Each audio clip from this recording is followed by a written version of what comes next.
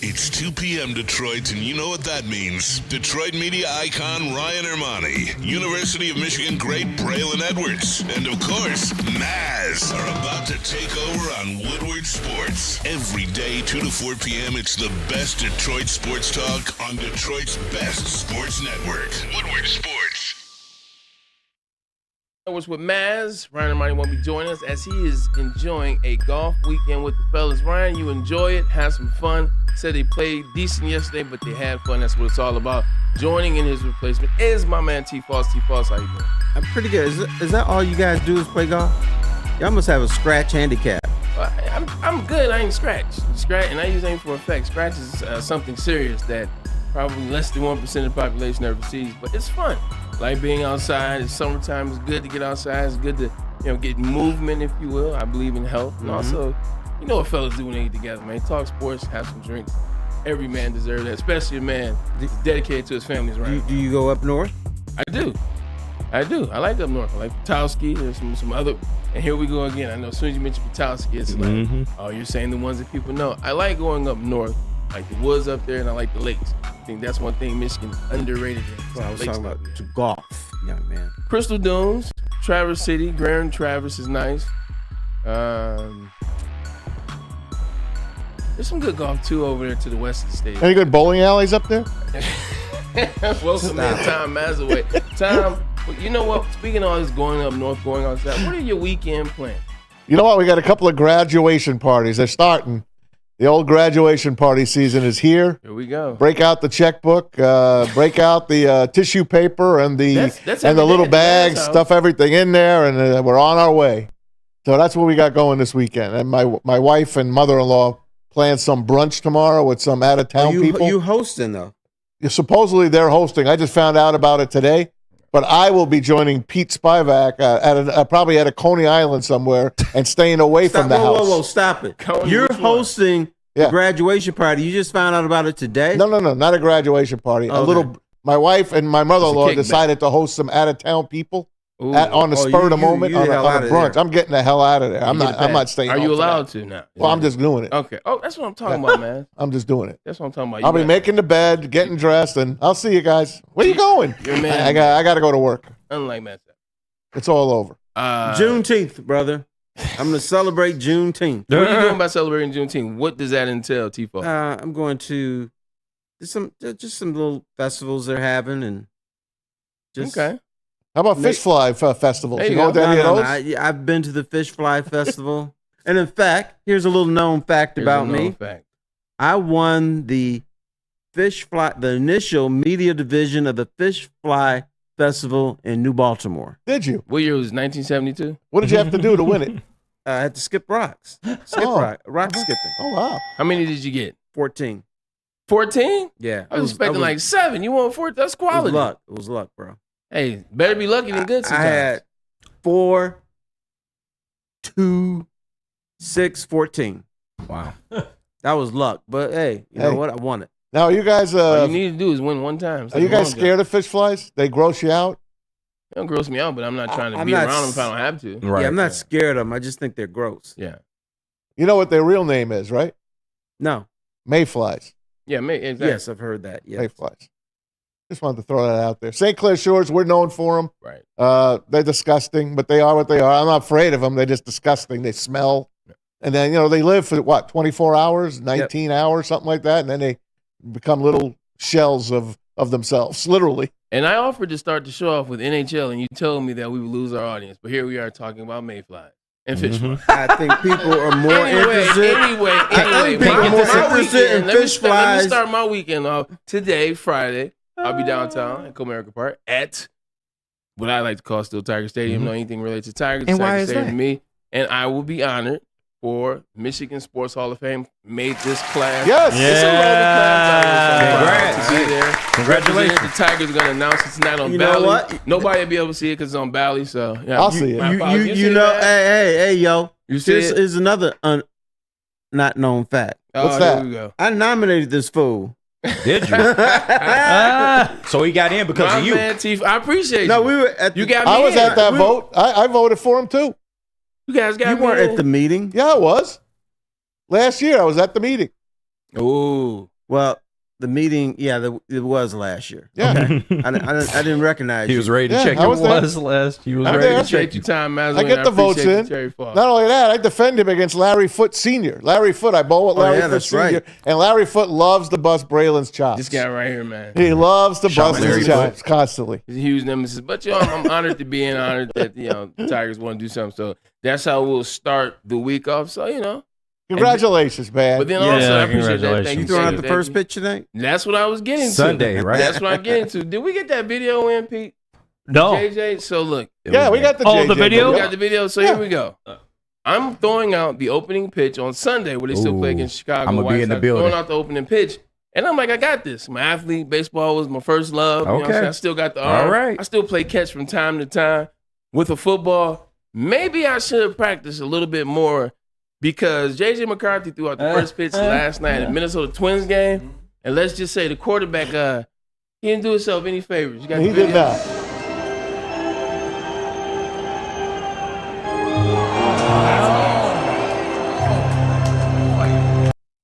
Just a bit outside. Just a bit outside, in the words You of know what Bob Barker from amazes Major me? League. Professional athletes are obviously world-class athletes, but they can't throw a baseball. Wasn't he a pitcher? Yeah. I beg I played catch with Ben Wallace one time. I'm like, dude can't even throw a ball. Ben Wallace also is 6'9", plays basketball, and the ball in his hand is probably like this. It's like Shaq shooting free throws to a certain extent. And he plays basketball. It's not football. Right, but it's all you gotta do is this. Baseball is my first sport. Those basketball players, maybe. That's on them. I'm not but saying football. throw it 90 miles an hour, but you can't. throw Who's it. you? You better take me out of that. I can play baseball. I didn't say you couldn't, but you're not pitching at 90 miles an hour. Why do I need to? I just mentioned why can't professional athletes throw a damn baseball? That's not pitching. Pitching and throwing a baseball are two different things. All right, honey, I didn't say anything about Honey. I pitching. ain't your honey guy. I said, why This guy. can't? Here, let me just really break this You have down. to clarify this. Why with don't you the- call him Biscuit again? Right? Biscuit head. Biscuit Like, head. let me break this down for Okay, the simpletons pitching or out throwing. there. There's two different things. I do not understand Okay. how professional athletes Oh. cannot throw a baseball. But then you ask why Ben Wallace couldn't pitch at 90 miles per Right. hour. No. I said, I'm not saying he needs to pitch at 90 miles an hour. Right. Pause. That's all. Come on, dude. Man. Yeah. What was the need for the We off to a pause? great start. Yeah, it was out of context. Like, Would so out of understand context. what I am saying. I love T. Right, let's talk hockey. I'm only Pause. kidding. That's not Yeah, what we the should pause is have for. started I'm talking trying hockey. to tell you. You know what? I'm actually excited. And then before we get to that, finally, ladies and gentlemen, Trajan Langdon speaks today, 3 p.m. That Pistons will be doing an official Trajan Langdon. Welcome to the Tom Pistons Gores, too. conversation. Tom Gores put that on. Hey, is he winning that, making that happen? But we'll talk more at that. It'll be live. We have somebody there that will break it down for us inside. So We pay got attention. Kool-Aid there. And one of the biggest things, Shout out. Brandon Kool-Aid, we will talk to at 3, it's about asking the right question. Like, and I think that's the big thing with the Pistons. T-Foss, you have Trajan Langdon. He's finally speaking. He's speaking after they hired a coach. He's speaking after, the move made with Troy Weaver, obviously, et cetera. What are the right questions to ask Trajan Langdon from the media today? I think one of the questions is this your show? Because what we keep hearing around the Pistons is Aaron Tellem is involved, Tom Gores is involved. A lot of chefs are in the kitchen. And what the Pistons have turned into are the Lions of old, Yeah. where you hire me to do my job, but then you take it away from me. Micromanage, Right, yeah. you micromanage. So, and Langdon can't say, no. Aaron Tellem is going to be involved. No, he can't say that. He's going to have to say, no, this is my show. But when he's saying that, look at his face to see if you believe him or not. Tom Masway, another thing is the Pistons roster. It's the player personnel that they currently have. We found out, my man Kenny G, I'm going to ask you a question in a second, but Yeah, he go ahead. delivered this information. They're shopping Beef Stew. Beef Stew is a player that a lot of players don't think is a winning piece for this team. Does that show you, is that a question that you want to ask more about the personnel and what he plans to do with that? I probably would be afraid to ask him that question. The last time I asked a tough question was to Doug Collins, and I closed off the press conference. He walked off the stage. So I got stage fright. That happened for real? Yeah, it happened for real. I asked him this, about Terry plastic. Foster? Doug I asked him Collins is about crazy, Plastic though. Man, about Stacey Augman, and he just He just walked off. Everyone's like, nice job, man. I used to get on his nerves too. Oh, I always got on Doug Collins' nerves for some reason. I don't know why. I always told him, hey, I still got that Sports Illustrated what you wanted. He got pissed at me because I told him, when you're in a timeout and break, don't rub a brother's head. Black dudes don't want their heads rubbed by some white guy. Like you're a puppy or a dog or something. He said that to him? Uh-huh. And what did he say? He said, Terry, why you got to bring up shit like that? Yeah. I said, well, because somebody, and I didn't say it to his face, but I thought somebody's going to beat your ass. That's why. And it almost happened. Right. You know who wanted to beat his ass? Oh, God. Nicest man in the world. We got to let him rock. He on the road. T. Mills. Oh. Terry Mills. Shout out to the University of Michigan. 3 Mills. Huh? 3 Mills. Three Squared Mills. up on Doug. And Lindsay and I have different things of what he said to Doug, but the bottom line is T. Mills said to Doug Collins, the only thing that's preventing me from kicking your ass right now is a paycheck. I'll believe that, man. Sorry, Right. Fox. I believe that. So he kind of wore off. We know he wore them down. Did. Well, He did. when they won 50 games, I wrote in the paper they need to fire his ass. Because if he doesn't stop the way he's coaching, A, they're going to turn on him, and B, somebody's going to kill him. Wow. And we do know that they removed Doug Collins in favor of Rick Carlisle, I do believe. Yes. Rick Carlisle came in next. All right, so I'll rephrase it so you don't get in trouble. Right. I just want to know if the structure is there. Will they make conversations about the owner to the GM and president and to the player personnel? Will they give us a structure? Look, we've come to start to recognize and understand it. You see what the Red Wings did. They showed you what the power dynamic was. You see what the Lions are winning with, showing you what the power dynamic is. Matt, I don't think it's fair to ask about structure. No, I don't either. I mean, let's face it. The guy's the first president for the Pistons since Stan Van Gundy. So let's give him an opportunity. Tom Gores just paid $65 million to a man for him to stay home with his family. So the guy showed up. He's gonna take some hits today. Tom Gores, I can't wait to hear this damn thing, to tell you the truth. Yeah. Because I don't think it's going to be focused on Trajan Langdon. I think it's going to be focused on the owner, Tom Gores. And he's got to answer, man. Mm-hmm. He has got to answer. Back when he took the team in 2011, and this will be his 6th coach that he's hiring, he had a press conference sometime in there, and he said to us, the press, you guys aren't going to pay attention to us here in Detroit, in the Pistons, until we win. So let's face it, they've just come off the worst record in franchise history. They are at rock bottom. They are picking again 5th when they should be picking 1st. Back-to-back years, they are picking back-to-back years for 5th. It's really the universe is against the Pistons right now, and they have to start from today. Today, it all starts because now they've got permission to talk to a couple of coaches out there, a couple of assistant coaches. One from Minnesota. His name is Micah Nori. And an assistant for Dallas, not Sam Cassell, but Sean Sweeney. Now, Sam Cassell's in Boston, right? They didn't mention him at all. You know what they mentioned? J.B. Bickerstaff might be a guy they might be interested in. He took the Cavaliers to – how many wins did they win this year? They did have a really good record. They had a good record, and they canned them. For the second year in a row. Look, a lot of questions to be asked. We'll get more of that. Brandon Kool-Aid, 3 o'clock, 3 p.m. hour, once that press conference starts. A lot of things to answer to for Tom Gores. Something else that's going on today. It actually is happening tonight. Tom Masway, I don't know if it's me and maybe I haven't been around or I haven't dialed in as much as I need to, but the storyline right now around the NHL playoffs is amazing. You look at Edmonton Oilers, they come back from 3-0. They're dead in the water. They have the best player in hockey. Seems like the Florida Panthers are about to finally win that trophy, hoist that trophy, been floating around for 3-4 years.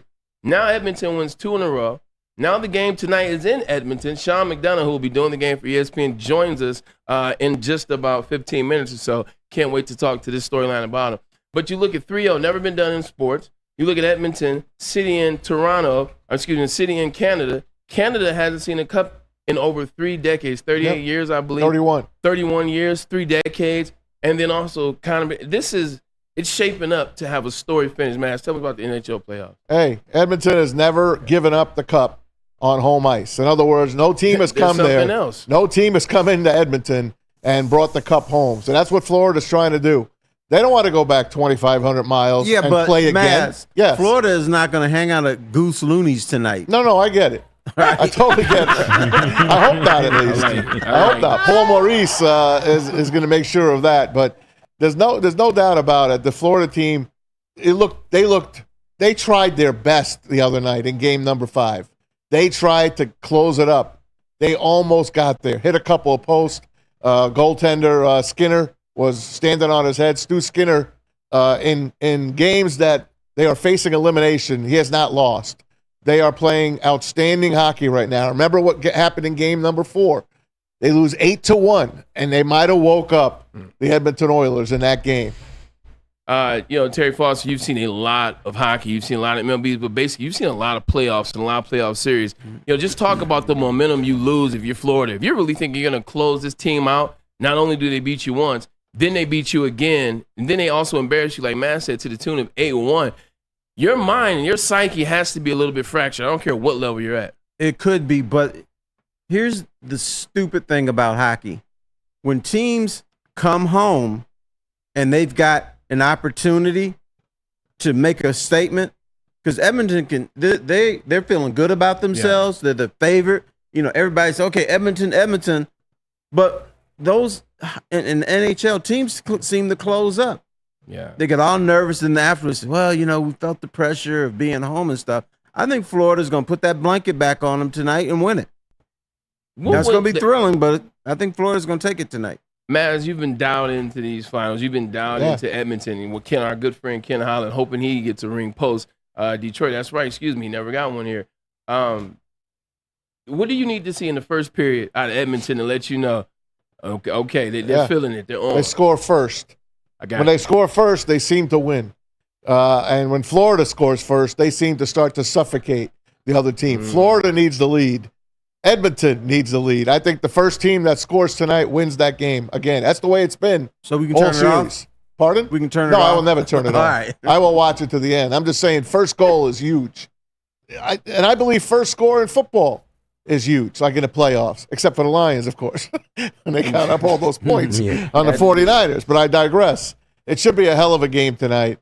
The crowd's going to be crazy. Do you guys ever watch them do the Canadian national anthem in Edmonton? 100%. The crooner or the opera singer, he's in the audience. He looks like he's part of the audience. He gets up, he belts out the Star-Spangled Banner, does a great job, and then he sings the first verse of the Canadian national anthem, and the crowd finishes the anthem up. It's a fantastic thing. If you're ready to watch something that's really beautiful, watch the beginning of that hockey game tonight, and hopefully you'll get hooked and stay for the whole damn thing. I'm going to take a look, man. I know the Tigers and the Sox start at 6:30, so not planning on staying for the whole They'll have it on. True, and also maybe I catch maybe the end of the You got a suite tonight? Beginning of the third. No, we're third base line, so it'd be fun. Have some fun, man. You know why a lot of people are not going to watch? They're going to win. They better beat the doggone White Sox. You got fireworks tonight. Oh, it's fireworks tonight? Yeah. But see, I got to wait to the end to do that. Yes. I'm not staying till 10. I know that. I'm not staying till 10. I'm out at... You could shoot your own fireworks. Game starts at 6:30. I'll probably leave 7:45. Oh, really? That quick? They should do... What? Yeah. It's an hour and 15 minutes. They should do the fireworks like after the 7th inning. Yeah, exactly. Right. What? Give me after the 4th. That's all I need. It's not. The sun is still up. Tigers are going to win tonight. No, they're not. I agree. And Flaherty's on the mound, as you just told me before the show. So I'm excited. I gotta see him. I gotta see him. Wait a minute. You gotta see him while he's still wearing a Tiger uniform because we know he won't be wearing one soon. Yeah. They could have Cy Young on the mound tonight, and they can still lose. You know what I saw? He has the most finished games in that kind of sounded funny. He has the most finished games in MLB history, 749. Like guys finishing games now, like 2. It's like 2 guys over 9. Know that. Yeah. Hey, before we get off the hockey, I know we did a little bit, but Paul Maurice, the head coach of the Florida Panthers. If you guys watched the other night, Game 5, at the end of that game, Florida pulled their goalie, and they're desperately trying to tie this game up. And Edmonton shoots the puck down the ice. It's rolling. It's going to go in the empty net. And then Matthew Tkachuk makes a fantastic play. I'm going to show you the play. Look at that. Look what he's doing. No idea how he got there. Look at that. Right, that's in. That's in. Look at it. Oh, that's crazy. It's one of the most amazing plays I've ever seen. That is called absolute that's dedication. Yeah. They still scored, though. If they win, they'll replay that play for years to come. 5 seconds, 3 seconds later, the puck came out to you-know-who. Connor McDavid, and he hit it home. Here's Paul Maurice talking about that play from Matthew Tkachuk. Makes the save, and that's the highlight that gets replayed a billion times. To be clear, the back check was. I thought that was awesome. Yeah. I watched that 100 times. That one was, and we had fun with it too. It was pretty good. Did you? Yeah. It's been. Oh, yeah, just on a loop in the room. Okay. We're going to run it in training camp when he tries to get in behind and say he can't catch those guys. Because McDavid is kind Proof. of fast, and I got proof. Chucky did get there. So this one's a very hard-hitting hockey question. Should you get paid more now that you've played games in fall, winter, spring, and now this is summer? Should there be some sort of cash bonus? No, I'm okay. I'm fine with it. They pay us in food. They feed us 9 times a day. The players are fine. I've gained 15 pounds. Yeah, no, I'm good. Paul Maurice looking for his first Stanley Cup. He is a very good coach, excellent coach.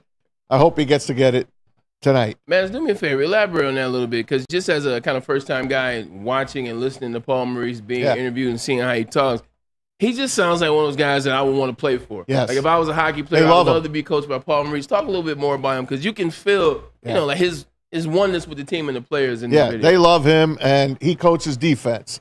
And no matter what question you ask him about his team, are they nervous? Are they getting, a little tight? Yeah. Are they choking? Call it whatever way. He's like, this is how we play. We're going to come out tonight. We're going to play the same way, and we're going to do our best to win the game. He just believes in his team, never calls anybody out. I do believe if Edmonton gets that first goal tonight, you're going to see a goalie change for the Panthers. Well, listen, that game starts at 7 o'clock. 8 o'clock. 8 o'clock. Excuse me. 8 o'clock. Starts at 9 on which is 6 o'clock in Edmonton. They're ABC, 2 hours behind ESPN us. Plus, and we will have Sean McDonough in just underway, maybe 10 minutes or so. Maz, I want to break this next segment up into 2 segments. I want to do a little bit now, and I want to do a bit after we interview Sean McDonough. Top 10 Thursdays is in effect. I got a good one today, maybe 14 names on the list.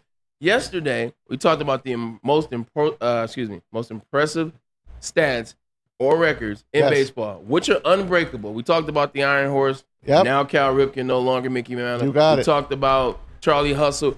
So it got me to thinking about records I like, T-Foss. Records that I've enjoyed since my existence, if you will. So here's my top 14, and I missed one, and I'll tell you just now. Honorable mention is Barry Sanders. These are my favorite records, records that exist right now in sports. And you see 4 legends up there, so you just know that 4 of those are part of these 14. But Barry Sanders' junior year at Oklahoma State was the craziest thing I've ever not been able to witness, but kind of feel like I witnessed. Yeah. 2,628 yards, 34 touchdowns. 34 touchdowns. Like, crazy.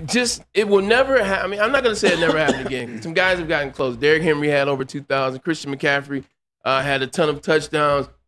But it ain't going to happen like that. 26 plus, 34 touchdowns, the average yards per game. Because you got to think, this isn't 17 games in this state of kind, or 16 games or 15 games, whatever you have to get to win a national championship. This is back when Barry was playing 11 games.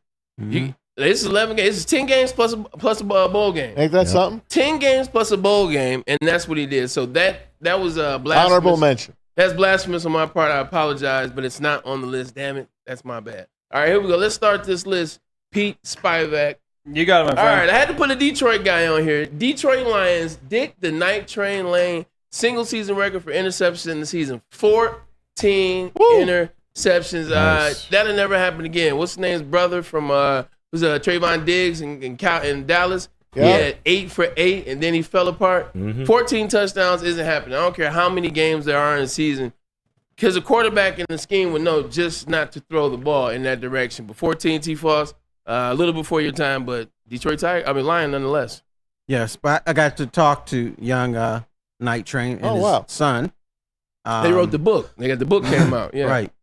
So yeah, great Lion, and I don't know who's better, him or Lynn Burney.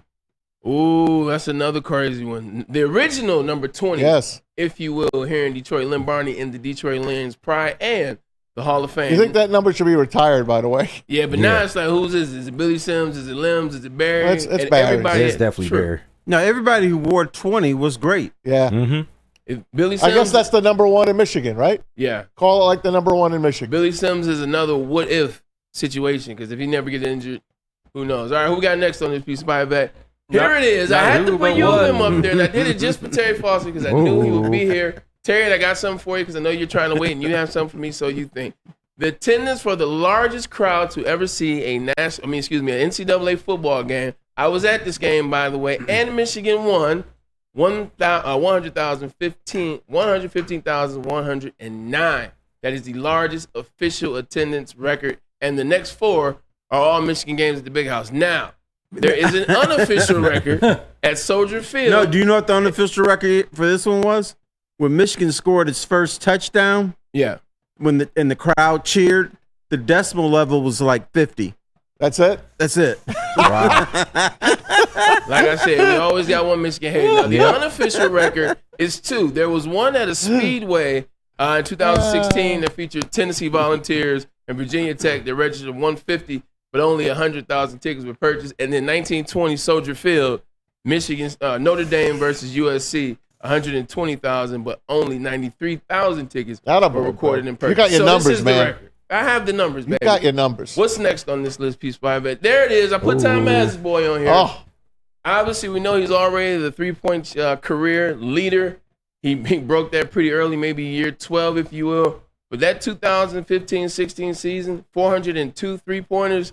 You may not love this type and part of the NBA, but my God, it was fun to watch, Maz. Nothing like it to me. I don't know why you don't like it. It's called basketball. Hey. This guy puts it in the basket like nobody's business. He's the greatest shooter in NBA history, in basketball history. KG, when we watched that shift in NBA and you saw the Warriors and what they did and how it was unfair early on because nobody could keep up with this pace. Yeah. That 402 was something different, though. No, absolutely. It revolutionized the sport, man. And Steph Curry is one of those people that you have to put up there as people that revolutionized the game, man. So absolutely an amazing feat. I don't know if he gets that feat with Mark Jackson as his coach. I think Steve Kerr was needed for them to be able to run that kind of positionless offense that we know today that changed the league. 100%. Great to add that positionless offense because that's truly when it really started in terms of the success that they had with that.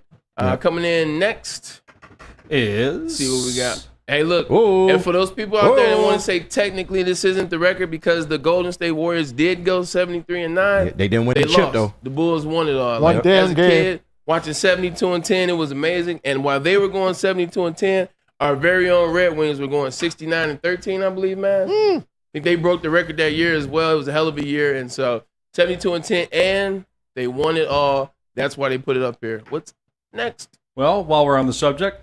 Whoa. Like P. Spivak said, while we are on the subject, Michael Jordan, 6 for 6, is something that won't be broken. Retired 2 years in between that. And exactly. So 3 for 3. Took a little break. Retired in quotes. Again. In quotes. Yeah, in quotes. Yeah, right. According to David Stern. But yeah, 6 for 6, T. Foss. I mean, you covered the Pistons around areas at the time too. So 6 for 6 is nuts and it'll never be done again. No, that is nuts. But I had a conversation with Dennis Rodman. Supersonic series?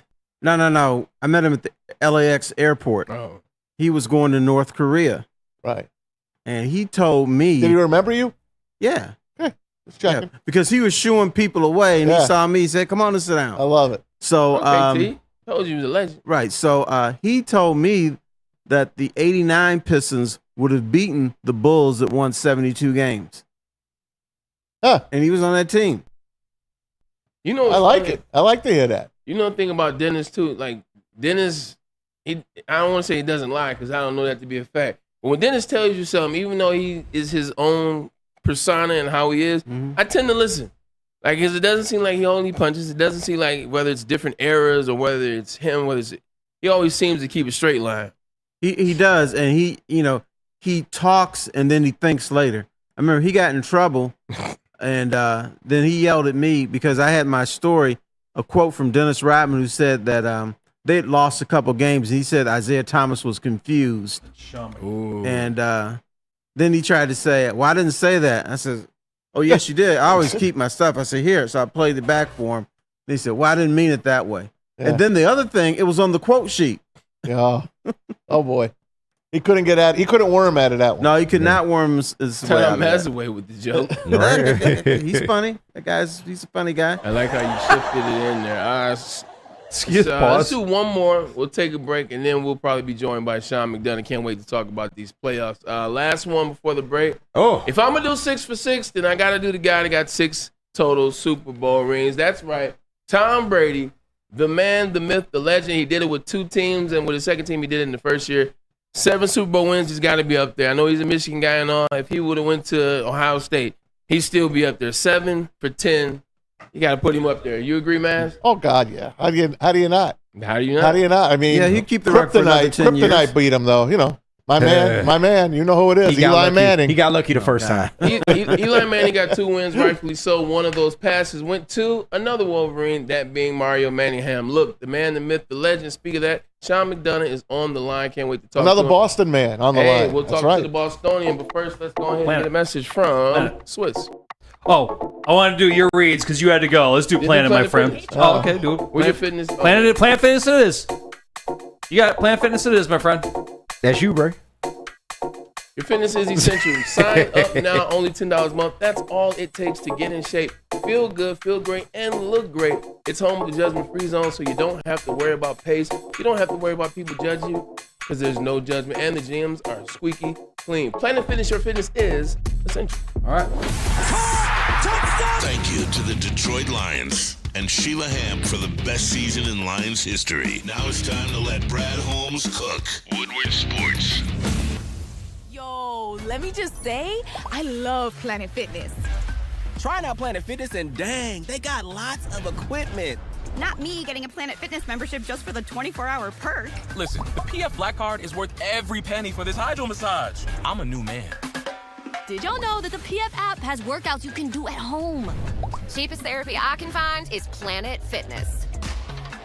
All the benefits, all for less. Planet Fitness, big fitness energy for all. Congratulations to the real coach of the year, Motor City Dan Campbell. Just put your head down and go to work. It's about to be fun, man. It's about to be fun. Woodward Sports.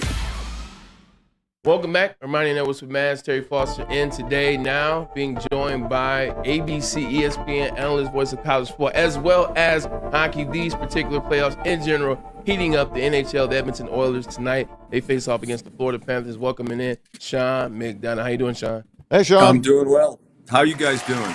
We're doing great, man. We appreciate you coming on with us, Sean. How's Edmonton treating you? Edmonton's great. Beautiful day here, probably in the mid-70s. I don't know what that is Celsius. I probably should, but it's a lovely day. It's going to be crazy. I'm probably half a mile from the arena, and I can't imagine what it's going to be like around here in a couple hours because it feels like everybody in Edmonton is going to be here for this game tonight, either in the arena or in the outdoor spaces where they can watch the game with their fellow Edmontonians. Sean, let's jump into it. Usually we have some jokes about trouble with the snapper, things of that nature, but I'm ready to dial into NHL, because this, you start to look at the storylines. You talk about the Cup not going north in over three decades, 31 years to be exact. You talk about Edmonton Oilers about to potentially overcome a 3-0 deficit, and you're just watching this. It's heating up, and the storyline is great. Talk about what this playoffs has been, but specifically this series. It's been a little wild. Yeah, it has been wild. This is the 29th time the Stanley Cup Final started out 3-0. Only once has the team that was behind 3-0 rallied to win, and that was back in 1942. You guys weren't around then. Unfortunately, it was the sorry. you probably know, who blew the 3-0 lead and lost to the Toronto Maple Leafs. But it's very rare that it even gets to a Game 6. So Edmonton's already done half the job. We've seen the greatness of Connor McDavid, the back-to-back wins. He has had 4 points in each game. He's the only player in the history of the Stanley Cup Final to have consecutive 4-point games. So, he's kind of willed them back into it, brought them back into it. But it's not just him. Their goaltending's been excellent the last couple of games. They've gotten some depth from scoring, and it's not a lot of pressure on Florida. I mean, they still have a little bit of wiggle room, but not as much as they had the last time we were out here for games 3 and 4. So I think tonight's going to be amazing. And if we have a Game 7, I think you would be talking about this as one of the great Stanley Cup finals of all time. No doubt there, Sean. Hey, what happened with the guy that looked like he was going to win the Conn Smythe Trophy into Game 4, Sergei Bobrovsky? All of a sudden, he gives up those 5 goals, and he has not been the same. Even on his saves, he's been shaky. Do you think he makes it through tonight's game? Well, it's a good question because I do think that's now another concern for Florida. You know, when they were up 3-0, really all through these playoffs, Bobrovsky had been outstanding. I believe the number was 12 out of the previous 13 games. Heading into Game 3, he had held the opponents to 2 goals or fewer. You know, and then he got yanked in Game 3 when he gave up 5 in a little bit more than a period. They got 4 the other night. Now, one of them was an empty net goal, but still he was shaky. So I would be concerned if I was Paul Maurice and a Florida Panther fan about him. You know, for so much of these playoffs, he was a strength. Now I think he's a little bit of a concern coming into tonight. And if he's shaky, then this series has really changed in a dramatic way. I want to jump back into the Edmonton Oilers for a second. My favorite player in the game right now is Connor McDavid. I was put on to him by a friend of mine who's been in hockey for all his years, and he told me about this guy 5 years ago. And now I'm watching. Each year I get more and more into the fandom. Just talk about this particular playoffs, man. You're watching somebody and that's the other thing I meant to mention, storyline. He's 5 points away from Wayne Gretzky breaking his points record that particular year in Edmonton. Oh, my God. So, like, he's special to watch at a different level. Yeah, Braylon, you know, coming into this series, one of the things was, did he have to win a Stanley Cup to be considered one of the great players of all time? For me, the answer is no. I mean, he's a great player whether he wins a Stanley Cup or not. And I think he is demonstrating now with what he's done and what you just alluded to, that he deserves to be in the conversation with guys like Lemieux and Gretzky. I'm not saying he's there yet, but he's making that conversation a possibility. You know, as you said, he's approaching the most points that anybody's ever had in one playoff year. He already broke Gretzky's record for most assists in one playoff year, which is a record a lot of people thought would never be broken. Yeah. You know, as we said, he's the only guy who's ever had back-to-back 4-point games in a Stanley Cup final, and he's done a couple other things where he's the first guy to do it in the playoffs or in the final. So he's a great player. He's the best player in the world, and it's not just his physical talent, but he is really the leader of this group, and I think he is the one all season long who has kept them believing, even when they started 2-9-1 and had to really do a lot of work to get back and make the playoffs. They were down 3-2 against Vancouver. They were down 2-1 against Dallas. Yeah. He kept convincing them that they were going to do it, and they've done it. I tell you the one thing that impresses me about Florida, and I jokingly say that they're big, slow, physical, and then when Edmonton got the puck in their zone, that they would put a blanket on them and wouldn't let them score. But the other thing Florida did kind of sneaky was they would fast break the other way. They would hold off Edmonton and then score an easy goal, at least in the first 3 games, and it seems like that's not as prevalent for them now. Yeah, you know, I think, Terry, that's one of the things that they need to get back to. Is, you know, earlier in the playoffs, when they beat Boston and they beat the New York Rangers, it felt like they spent their entire time, Florida, in their offensive end, forechecking, and the Bruins and the Rangers could not get the puck out of their own end. So that has not been a big factor in this series. I think part of it is just Edmonton has guys who are better able to handle the forecheck. You know, a guy like McDavid is a one-man forecheck breaker. You'll get him the puck and he'll carry it through the neutral zone. So, but they did get back to that the second half of last game. You know, when they were down 4-1, Florida really carried the play for the second half of that game, got it to 4-3, had a lot of chances to tie it and didn't. So I think they need to get back to that formula, get the puck in, forecheck, and you know, and get opportunities off the forecheck. Hey, Sean, how important is his first goal tonight?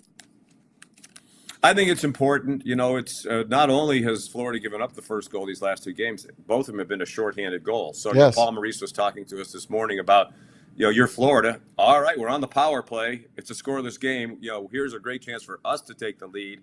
And then not only do you not take the lead, but you give up a shorthanded goal, and that really gets the juice flowing. It really did here for Game 3. You know, when it was 3-0 and Edmonton was in a dire situation, that just opened the floodgates for that 8-1 game. So they're making a change on the power play tonight, I think in large part to avoid giving up shorthanded goals, because they've given up 5 in these playoffs, which is an alarmingly high number. Usually Brandon Montour is at the top of the power play as the one defenseman that they put out there. It's going to be Oliver Ekman-Larsson tonight. And I think, you know, they're hoping that he can drive more in terms of, you know, getting the power play going and scoring goals. But I think he's also out there to make sure that Edmonton doesn't score a shorthanded goal. We know that Connor McDavid is the magic with the Edmonton Oilers as well as the leader, but also somebody in my first time kind of paying attention is Coach Paul Maurice. You talked about it, Maz. Paul Maurice is a guy, he's a large part of the reason that I believe Edmonton is able to come back as well in these series. I mean, tell me I'm wrong. I saw him at the podium, and it just sounds, as a fellow athlete, I could play for this guy and believe in the things that he says.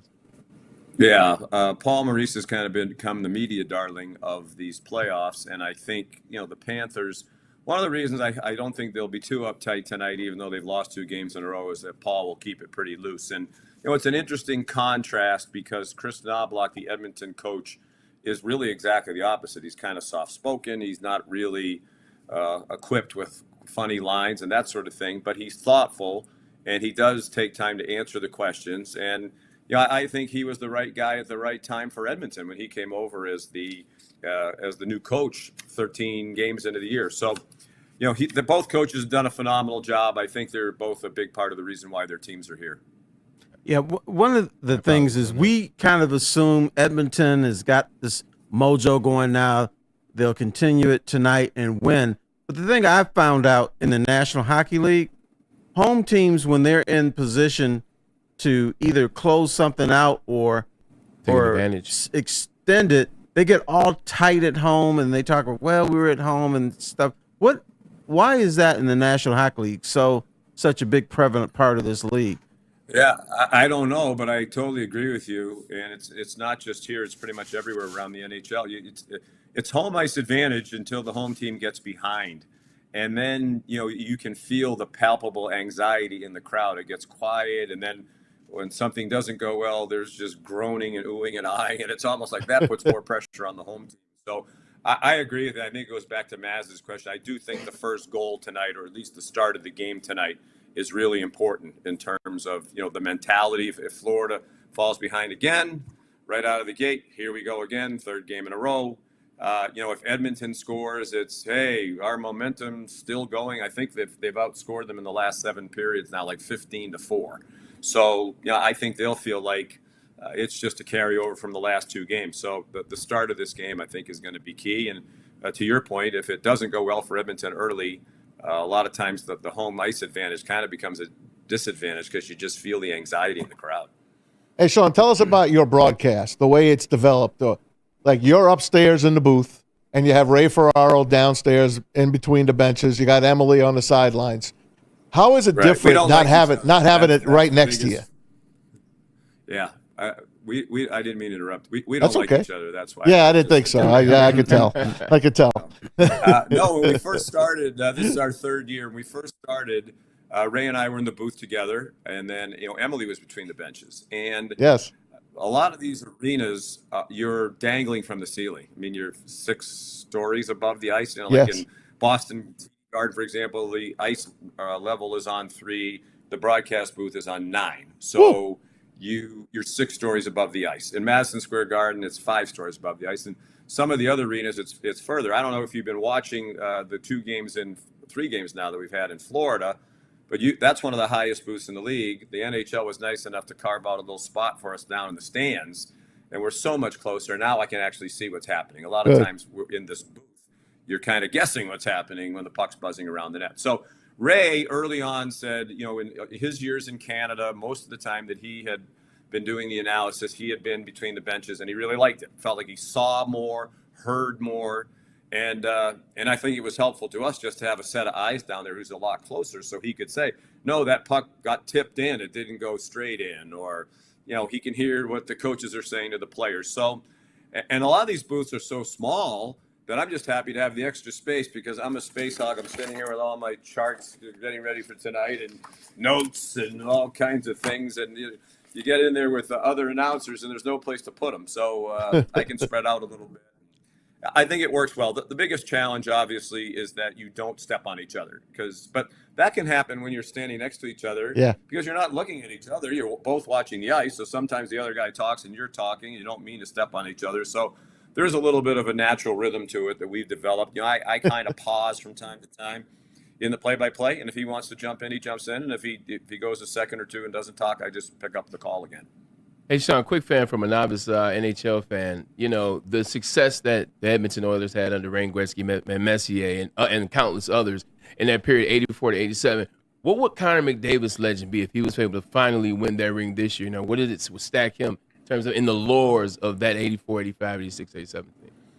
Yeah, I mean, I think he'll take his place right there. You know, I think Gretzky is in a category all by himself, not just in Edmonton, but in hockey. Yeah. You know, and then Messier is, you know, a fraction of a step below. I mean, no less loved here. He's on our ABC team here doing the intermissions, and you know, he's like legendary here isn't even the word. You know, he's Elvis.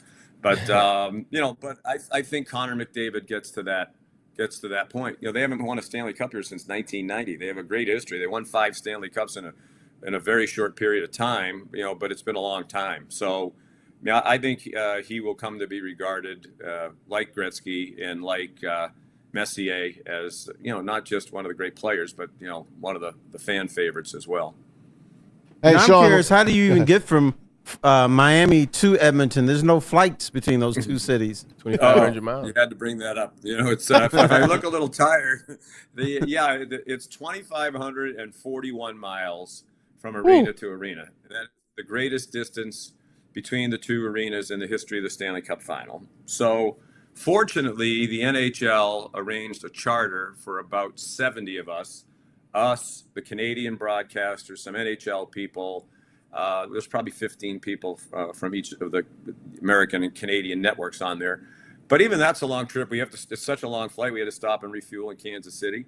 And we've already been, you know, from Florida to Edmonton to Florida to Edmonton. So that's 7,600. And I didn't go to Michigan like Braylon, so I can't do the math. It's like 7,623 miles. And we very well might be going back another 2,541 tomorrow. So it's grueling, but, you know, they'll have time to rest in July and August. You know, this has been really compelling, especially the way this has unfolded. And, you know, I'm not supposed to care who wins. If we give out the Stanley Cup tonight, that's great. And I'll be really happy for the Florida people because they're a great organization. But if we have a Game 7, you know, that's kind of what we all live for in this business, right? So, yeah, you're tired, but, you know, you can play golf the rest of your life. You don't get a chance to call too many Game 7s, especially when one team was down 3-0 and battled back to make the Game 7. So if we have a Game 7, as I said, I think it's going to be one of the all-time great Stanley Cup finals. And I don't know how anybody could argue that, given everything that would have gone into getting it to the Game 7.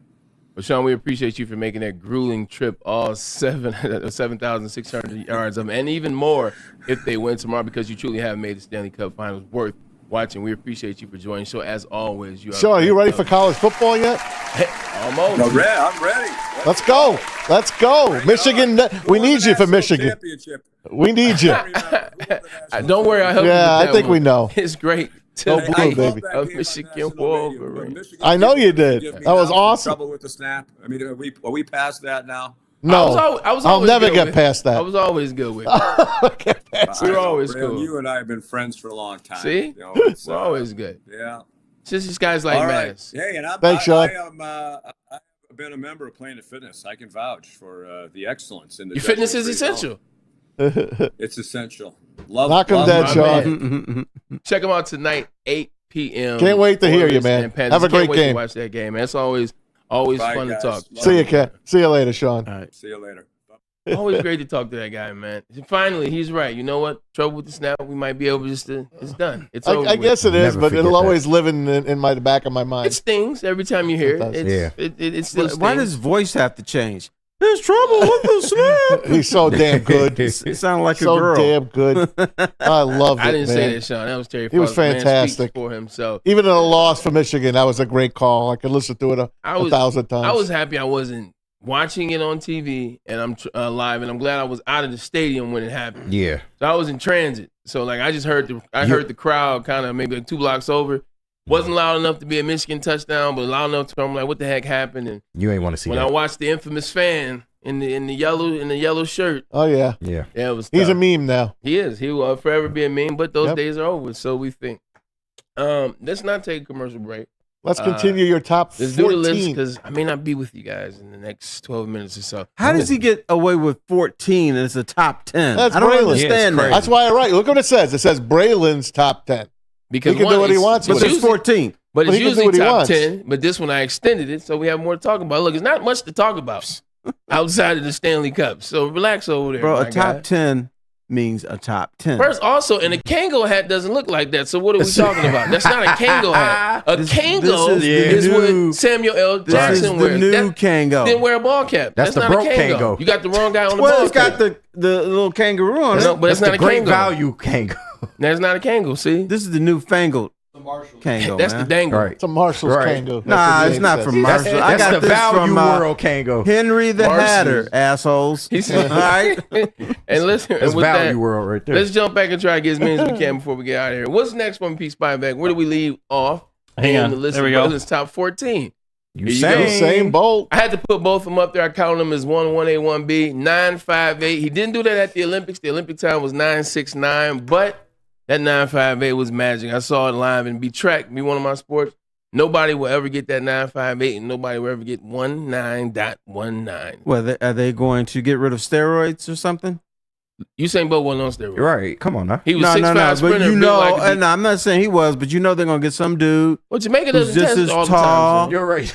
from the United States. No, He's gonna be shooting it up. After He'll- after Balco and Justin Gatlin and all that, United States and Olympian here, they're super on the doper stuff. You can't dope here; they will bust you. Clean. Like USA to their because they got in trouble for 1984. Okay. Not snitching on Carl Lewis. Watch. Oops, did I say that out loud? Mm-hmm. Man, that's what happened in 1984. Ben Johnson wasn't the only one in that race. That's urine was dirty, and we know that to be a fact. What we got next? P Spivak. There you go, young man. Mike Phelps, you saw him on the Aquaman. backboard. 28 medals. We're there, 23 goals to be exact. We talked about him a little bit yesterday, but that last one, man, he's just a splendid individual. He's a great guy, great father too. But he was amazing to watch. I've never seen anything like that, T. Nah, particularly in the water. I Yeah. thought that was a shark, man. The way he was running through that water. All while consuming green.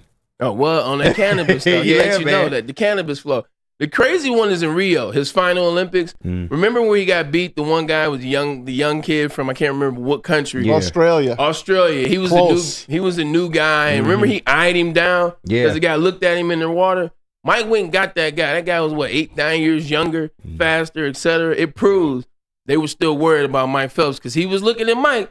Mike was looking at that finish line. That's why he ended up winning that 23rd gold medal. Amazing, man. The swimming is probably the best Olympic sport to me to watch for the summer games. I really enjoy it. If you do it as a whole, like track and swimming with me are like neck and neck. You think? I'm a track guy too. Right. So, but I love agree- boxing but I back in the agree day. with you. If Boxing, you but add that ain't the diving, same anymore. if you add Diving is diving great, into too. swimming, then Yeah. swimming wins. That's Say fantastic. the aquatic center. Okay. Yeah, but you know what? The 23 medals or the medals 28. they have, 28, 28. is a little bit of a joke because your job is to go from point A to point B It's a relay in medal. any race. But in swimming, you go freestyle, you go breaststroke, Right. you What's go wrong with that? back. That's different, Because- Kets. Okay, how about in track and field, they have like the 100-yard skip or the 100-yard running backwards or something. Well, you got the Swimming- hurdles. You got the hurdles. You have the sprint. got the different in lengths. NCAA, you Yeah. have the sprint medley where you have Right. different Yeah. lengths. The It's called the relay. sprint medley. You Yeah. have in indoor season, the sprint medley is the See, you're reaching, 200. It's the He is. 400, No, You're they, then the 800, they and do it's a mile. that. They do that so He the chooses United violence States and today. Australia can pump up their medal count. That's okay. You just how you hate on this is domestic. How I'm you hate just- domestically? I'm Yeah. just pointing something out. Okay, this is true. We back on It's a that little bit of a disagreement joke. stuff. What else do we have on this list before we get to the my favorite Now, Randy Moss. This is bittersweet. First of all, the best Randy Moss was Vikings. It's not even close. That's the facts. I said this is my favorite though. Oh, okay, 100%. This one's bittersweet. KG, I don't know if you know the story. Randy Moss broke the touchdown record that was held by Jerry Rice, which was 22. He broke it in 2007. Yep. In the year 2007, do you know who finished second in touchdowns receiving or rushing? No. It was me. Wow. I was gonna It say was that. me. Hey. So this one's bittersweet, but I love it. Randy's my favorite wide receiver of all time. How Nothing many did you but have love. that year? I had 16. Nice. Actually, but 23 was when he got with Brady. It was over, man. It was over. Brady understood what he was, and Randy Moss was reborn from his days with the Oakland Raiders, and he just knew it was coming. You couldn't stop. But I've actually played against him this year. I think they beat us by 9 or so, but it was fun, even though I was on the other team, to watch. Even that last play of that Super Bowl against the Giants. He scored. When he threw the long, fourth down pass. Oh, yeah. And Randy. He gunned it. He could have, as a Giant fan, I was holding my breath on that play. Even though they're way down in their own territory. On the left sideline. Yeah. Oh, my God. He's Moss for a reason, though. Yep. Man, you got Moss. Randy Moss was just at 23 touchdowns in the season. Yeah, he's pretty good. Nuts, considering they didn't count the What did we get? Terry Fair? Yeah, Terry Fair. Pick 20. Randy Moss From Tennessee. Yeah, because he could play 2 positions. Oh, good. Great. And he ended up being just a kick returner. Right. And that was it. I got into an argument with the great Ron Hughes over that. Ron Hughes. We at the Silverdome, they had the kitchen where the media and the coaches sometimes would bumping each other. Yep. So I ran into Ron Hughes. I'm like, dude, how could you not take Randy Moss because of all his domestic stuff? I thought you guys were going to go beyond that. He said, that's not the reason we didn't take him, is because we don't care if he smokes weed. The reason we didn't take Randy Moss is because when he goes over the middle, he has alligator arms. Oh, yeah? I said, that's baloney. Because I got to see the dude play live because he would show up at beautiful Mount Pleasant now and then and torture the chips. Yep. And I said, man, this dude. The Thundering Herd. Yeah. His only 3 routes, one of them was going over the middle. It was a slant route. He would go in the middle, catch a slant, take it to the house. He'd run a zero screen, take it to the house. Or he'd run a go route, take it to the house. Or sometimes a post route, take it to the house. So he definitely went over the middle in 2 of his most known plays for touchdowns. All right, what we got next? I was told alligator arms. I didn't believe it. Right, all those alligator arms right to the Hall of Fame. Right. Speaking of Hall of Fame, Jerry Rice. If I was going to put Randy on here, I had to put the guy that influenced me to play the game, which is Jerry Rice. Records galore. We could have put them all on there, but only put the one on there that really, truly matters. 208 touchdowns, which isn't a receiver NFL record. It's the most touchdowns in NFL history, I believe, by 40. Tom Mazaway, Jerry Rice. Just every act, he was phenomenal. That's a mic drop. There's nothing more to say about him. And I agree, so I won't. Who else is on this list? Who's got to follow Jerry Rice? Oh, look at that. Speaking of hockey, the great and Edmonton Oilers, Wayne Gretzky. You like what I put there? Period.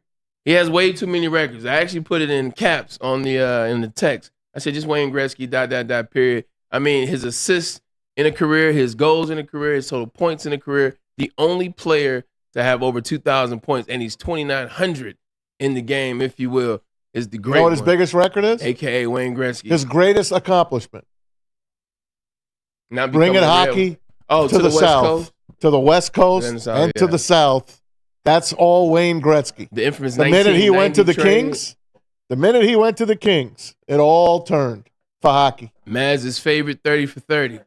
And King's ransom. Now his greatest accomplishment is you couldn't touch him. He was the only guy you were not allowed to touch in the NHL. Well, he had some guys following him. He had Dave Semenko, Cement Head as we called him back in the day. You always need a Dave Semenko following you on the ice. I got one better than that. You know what his greatest accomplishment is? He got brothers to watch hockey.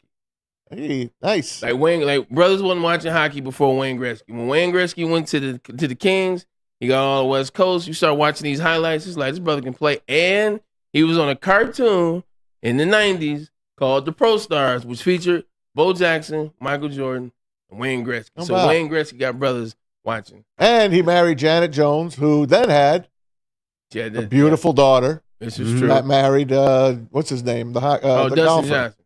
Now, Braylon, you're a wino, right? Excuse me, what? A wino. A wino? Albino? What? What would that be? Wayne Gretzky has a wine. I'm still trying to answer that first question. And it's called 99. What is that? 99 problems, but that ain't one. Okay. You like I flipped it on you. It's interesting. I'm glad we're going to end on this, and I'm going to let you guys go. Brandon Kool-Aid will join us to talk about this press conference at 3 p.m. The Pistons finally introducing Trajan Lanning. Questions a lot for him to answer, most notably probably Tom Gore's questions. But when Sean McDonough was talking, he was talking about Connor McDavid, the conversation. He's right about a lot of things. They talk about him about to pass Wayne Gretzky in total points in the playoffs or a playoff run, but he's already passed him in assists. and he's now creating his own records. When you think hockey, when you think playoffs, and you think finals, you don't think anybody's passing Wayne Gretzky finals highlights. He's making his own back-to-back 4-point nights, most assists already. This guy truly he's one of a kind. I'm glad we had this opportunity to watch him. I can't believe Ovechkin's even trying to almost catch catching goals, I think. Goals. I can't believe it. I never thought. Yeah, but you know what? I never thought anybody would touch Gretzky. Ovechkin is a lot different player than Connor does stuff. Yes. He makes you defend the whole ice. Ovechkin, he stands in this one spot and just fires the puck. Yeah. Now, he does a very good job of that, but Ovechkin, to me, on the Red Wings. is not a complete hockey player. I got you. All right. Well, hey, you got to go, man. I am. I'm about You to got business to do. Yeah, I do have business to On do. the golf first, course? before we leave, let me get you a message from Soroki. The Nashville Hot is back. No, I am not golfing. I'm getting ready to go down and see the Chicago White Sox play Detroit Tigers. But don't worry about me. Worry about Soroki's crispy chicken and pizza, fresh salads and sides. And right now, at a limited time, this is where you need to be because the Nashville Hot is back. Pizza, try the fries out. I've been hearing some good reviews about these hot fries. I like to hear from the people, and the people have spoken. Their fries are awesome. Yeah. And it's Tom Asway for you. Try these out, and if not, crispy chicken, pizza, fresh side salad, you know it all popping up all over Metropolitan Detroit. Thank you to the Detroit Lions and Sheila Hamp for the best season in Lions history. Now it's time to let Brad Holmes cook. Woodward Sports. Braylon Edwards here, Premier Pet Supply. Man, just looking around, who's got it better than pets?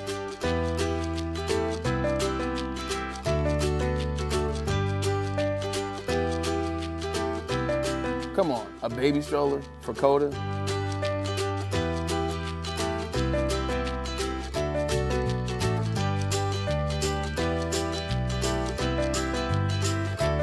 A chef for Lola? Really?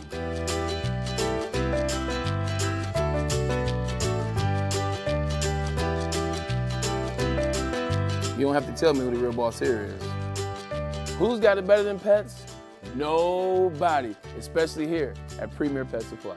For over 30 years and more than 13 locations, Premier Pet Supply has everything that your pet can dream of, and guess what? It's all under one roof. Premier Pet Supply, family owned, operated, and proud to call Metro Detroit home. Check out premierpetsupply.com or scan the QR code today. Who's got it better than pets? Nobody! A network for the city, by the city. Woodward Sports is Detroit Sports. Any Lady Jane's Haircuts for Men and claim your throne for a king's treatment from one of our talented stylists. Open 7 days a week. Walk in anytime. Just get to a Lady Jane's today and receive a precision haircut, scalp massage, hot lather neck shave, and a hot towel treatment. A haircut should not be a chore. It should be an experience. And that's exactly what Lady Jane's has to offer. Open 7 days a week. Walk-ins are always welcome. There's always a location near you. Lady Jane's Haircuts for Men, it's wicked awesome. The most talked about Detroit media by other Detroit media, and we love it. It's the Woodward Sports Network. Stop searching for a vehicle and start finding one. Les Stanford Chevrolet Cadillac makes it easy. We harness the power of multiple dealerships and own the biggest selection of GM brands in the area to get you the car you need. With the Les Stanford Group, you'll have access to 4 different dealerships, providing you with more makes, more models, and more choices. We're connected to more than 1,000 vehicles, and with so many high-quality CPO vehicles available, you'll find new car quality at pre-owned prices. You can start and end your search at lesstanford.com today. Congratulations to the real Coach of the Year, Motor City Dan Campbell. Just put your head down and go to work. It's about to be fun, man. It's about to be fun. Woodward Sports. What happens when you drop your script and don't have it ready? You lose your job. No, what happens That's a good one. when you run a great business for over 50 years?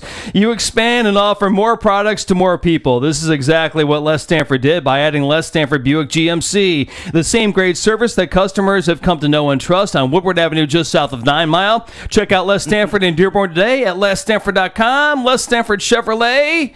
Together, let's drive, and let's drive on over to Tom Masoway. All right. Awesome is when a guy could be a guy and get an amazing haircut. That's Lady Jane's Haircuts for Men. Stop in, sit back, and relax. Let one of Lady Jane's talented stylists make you look and feel great. Walk in anytime, 7 days a week. Lady Jane's. It's wicked. Awesome. And we're back. Welcome back to Ermanni and Edwards and myself. Tom Mazaway alongside our good friend Terry Foster, the legend in the house. That was a good hour, T. It was. Now let's make another one. Let's do another one. Let's go right now to the Detroit Pistons Performance Center. Now, I tried to find where the Performance Center was. I have not been there yet. And Terry and I were trying to figure out what street it was on. I think it's on 2nd Street. It's on 2nd. We need to get you down there just to go to Plum Market. We do. It's right. The Plum Market's right down there. That's right down by the Fisher Building? It's about a mile. Okay. Yeah, kind of, sort of. All right, why don't we head on out there right now, because there's going to be a press conference in about 20 minutes from now introducing Trajan Langdon alongside the owner of the Pistons, of course, Tom Gores. We go out to our man, Kool-Aid. Brandon Kool-Aid Dent joins us out there. What's up, Kool-Aid? Kool-Aid, where you at? Cuckoo. Hey. We got you, my friend. Hey, Kool-Aid, I heard a rumor. Yes, sir. I heard Trajan Langdon said, when am I going to have my press conference? Tom Gores said, fire somebody first, and then we'll have your press conference. Hey, you know what, man? Look, they're having a press conference in the big area today. The media is starting to file in. It's starting to get real. Can't wait to ask Trajan as well as Tom Gores some of our questions. What do you think is going to be the first question answered out there? Will it be the Tom Gores, or will it be out to Trajan Langdon? I think the first question is going to be to Tom Gores, just because of all of the information that came on about the kind of the dismissal, the firing of Monty Williams and Troy Weaver being something that came from the ownership group ultimately. That Trajan had a say-so in it, but ultimately this was a decision made by ownership. So I do expect some of the questions to be directed to ownership first.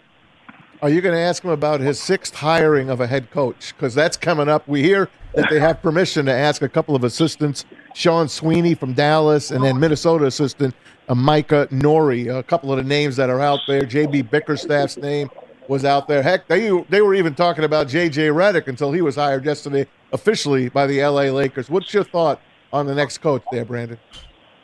Yeah, I'm hoping that they can find themselves in position to get one of these assistant coaches that have championship pedigree like Sam Cassell and like James Borrego. I know that he's in talks with Cleveland Cavaliers, but Sam Cassell just won a championship with the Boston Celtics. He's been doing this thing for a long time, since 2009.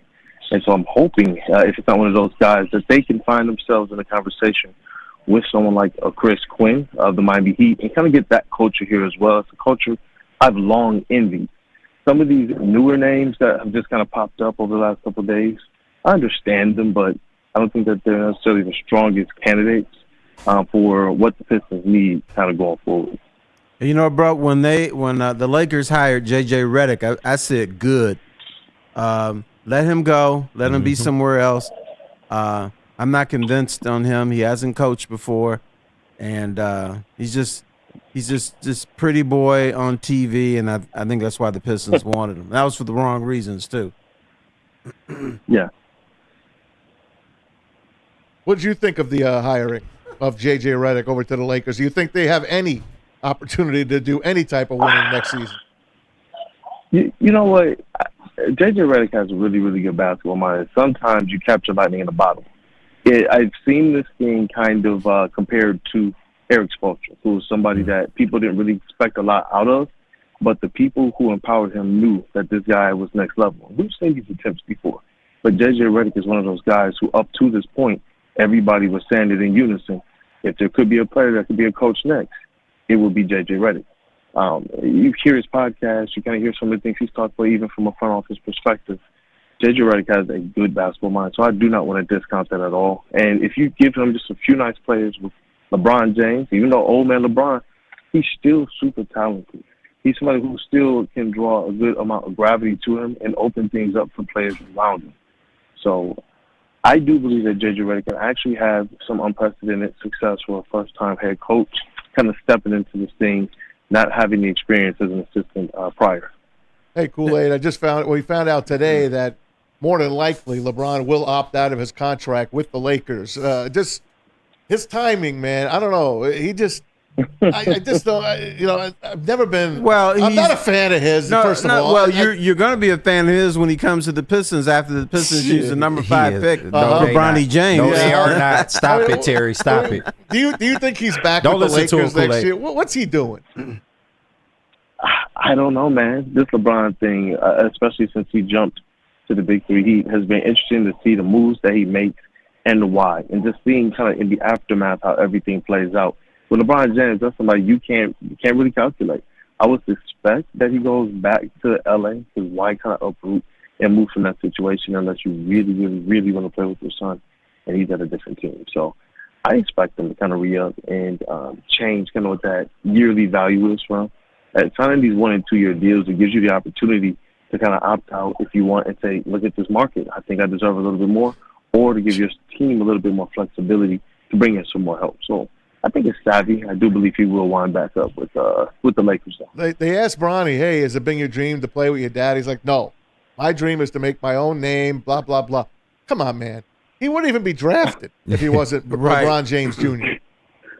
Not at all, man. He dropped off of all of the draft boards, and then all of a sudden he's just kind of back on after he has these two private workouts, I believe, for the Suns and the Lakers only. This is a situation that I do solely believe is driven by LeBron James. There was a lot of hype before he got to college. But No when kid. he got there, He wouldn't be a first round pick in the Israeli league. Israeli league. Hey, Kool-Aid, KG in the sound booth. Hey. Nice to meet you, bro. Hey, but what up, though? Hey, I wanted to ask you about Tom Gores because he's as much a part of this as Trajan in this press conference. Do you think they'll go into any type of detail about the power structure going forward with this team, and you know who is going to be making the decisions going forward? I would assume that that's something that does get brought up, especially kind of seeing clips of it in articles from James Edwards of The Athletic as well as Amari Sankofa of the Detroit Free Press. Since they started already dropping those breadcrumbs ahead of time, I would assume that we would get kind of more of an expansion on those types of comments, like one that really said Trajan Langdon has all the power, that there's a centralization now. He reports directly to Tom Gores with no middleman between he and the decisions he would like to make. He gets to go right to Tom Gores now and get that type of approval. And these things were kind of put as well in articles by Amari Sankofa when they discussed, and talked about through some sources the firing of Monty Williams, and that Trajan really had a large role to play in what that decision ultimately was, despite the fact that ownership made that decision. Kool-Aid. So, yeah, I definitely believe that that's Hey, something Kool-Aid, we talk I got about. a homework assignment for you. When they ask that question, they're going to say, oh, Trajan's got all the power. This is our guy. Now, here's what you need to do. You need to look at their faces to see if you actually believe it or not. That's going to be the big trick tonight. Body language. Oh, my gosh. Yeah, it's going to be something because at the last press conference, you remember when they introduced Monty Williams, Tom Gores and Troy Weaver had the weirdest body language. So I don't assume that they're going to really hide into that. If this is kind of true, and Terry, you called it out back then too. You called it out there after that press conference. You said you can look at their body language. This son that's not right about this. And we look now in all these reports of there being factions, no cohesion. Today, I'm hoping to see something that kind of symbolizes something a little bit more of what we're hoping, that this front office is now kind of unified with ownership and that everybody's going to support and lockstep moving forward. So it'll be interesting to see this one compared to the last big one we had with Monty Williams being the high-risk coach. I tell you what's is going to be interesting. Is Tom Gores going to be sober during the press conference? Talking about the community and all How many that. T-shirts is he going to fire? Right. Oh, my God. Get us a I T-shirt won't today. touch that one. I won't touch that one, but if there's some T-shirts, I definitely got you guys. All right. Oh, you got to get one, man. Hey, who do you think? I got you, man. Who do you think Troy Weaver wanted as his head coach? Man, that's a tough one because, the final candidates were, Kevin Ali and Charles Lee. I would have been really, really happy with the Charles Lee, and I was intrigued by Kevin Ali just because of his connection to Asad Thompson, developing young talent and whatnot. So, but if it was one of those two and seeing how things turned out, I don't think that would have been necessarily the answer either. So I don't think it would have been Monty. We all know that. But I don't think it would have been something that paid the dividends that Troy Weaver was hoping it would. Do you think Troy Weaver was making Monty Williams play his former first-round draft pick over Jaden Ivey? I don't think so, just because of the things that I've heard and come across that Killian Hayes' pick isn't one that necessarily is attributed to Troy Weaver. That there were some other people within the organization that kind of made that happen. I believe that he wanted Jaden Ivey to play. And at Monty Williams, he continued to kind of unsolicitedly just bring up Killian Hayes, even from training camp. Like, we would ask about other players, and he would just bring up how impressed he was with Killian Hayes and his leadership and his growth. And so I think that was really a Monty Williams-driven thing, and it's why ownership later had to come down and tell Monty Williams to effectively play Jay Knight. All right, think about this one long and hard before you answer the question. Do you think Monty... Hey, Neil Rule just walked in the building. Shout out Neil, man. Do you think Monty Williams said, let me think about this. I could do my job and get paid $65 million for 5 years coaching this piece of slop, or I could screw up and play Killian Hayes ahead of Jaden Ivey, have a hockey lineup changes, and then to get paid $65 million to go lounge in Hawaii or Baja or wherever I want to go. Do you think he tanked it to get himself out of here? You were saying this stuff. You've been saying this stuff, man. And you know what? Some of these reports that are coming out are actually suggesting that might be some part of the wrinkle here. Yeah. We know that he didn't really want to coach. We know that his endeavors and his heart was with his family, especially with his wife, especially when you consider, what happened to his first wife as well. That can be hard on you. So mentally, I don't think that he was there, and we know that. He even mentioned the money at the podium, despite the fact that I do believe he wanted to give it his best effort. I just don't think that he was here all the way mentally. And that can weigh on you. Of course, the course of a season that doesn't go anywhere close to what you expected to when you have historic losing. Yeah, I think it started to play on them. And maybe somewhere around the middle of the season, you start to hear things get really redundant. You start to get a sense that it's not the same sense of care, So I do think that there was some point in the season where he probably was just completely checked out.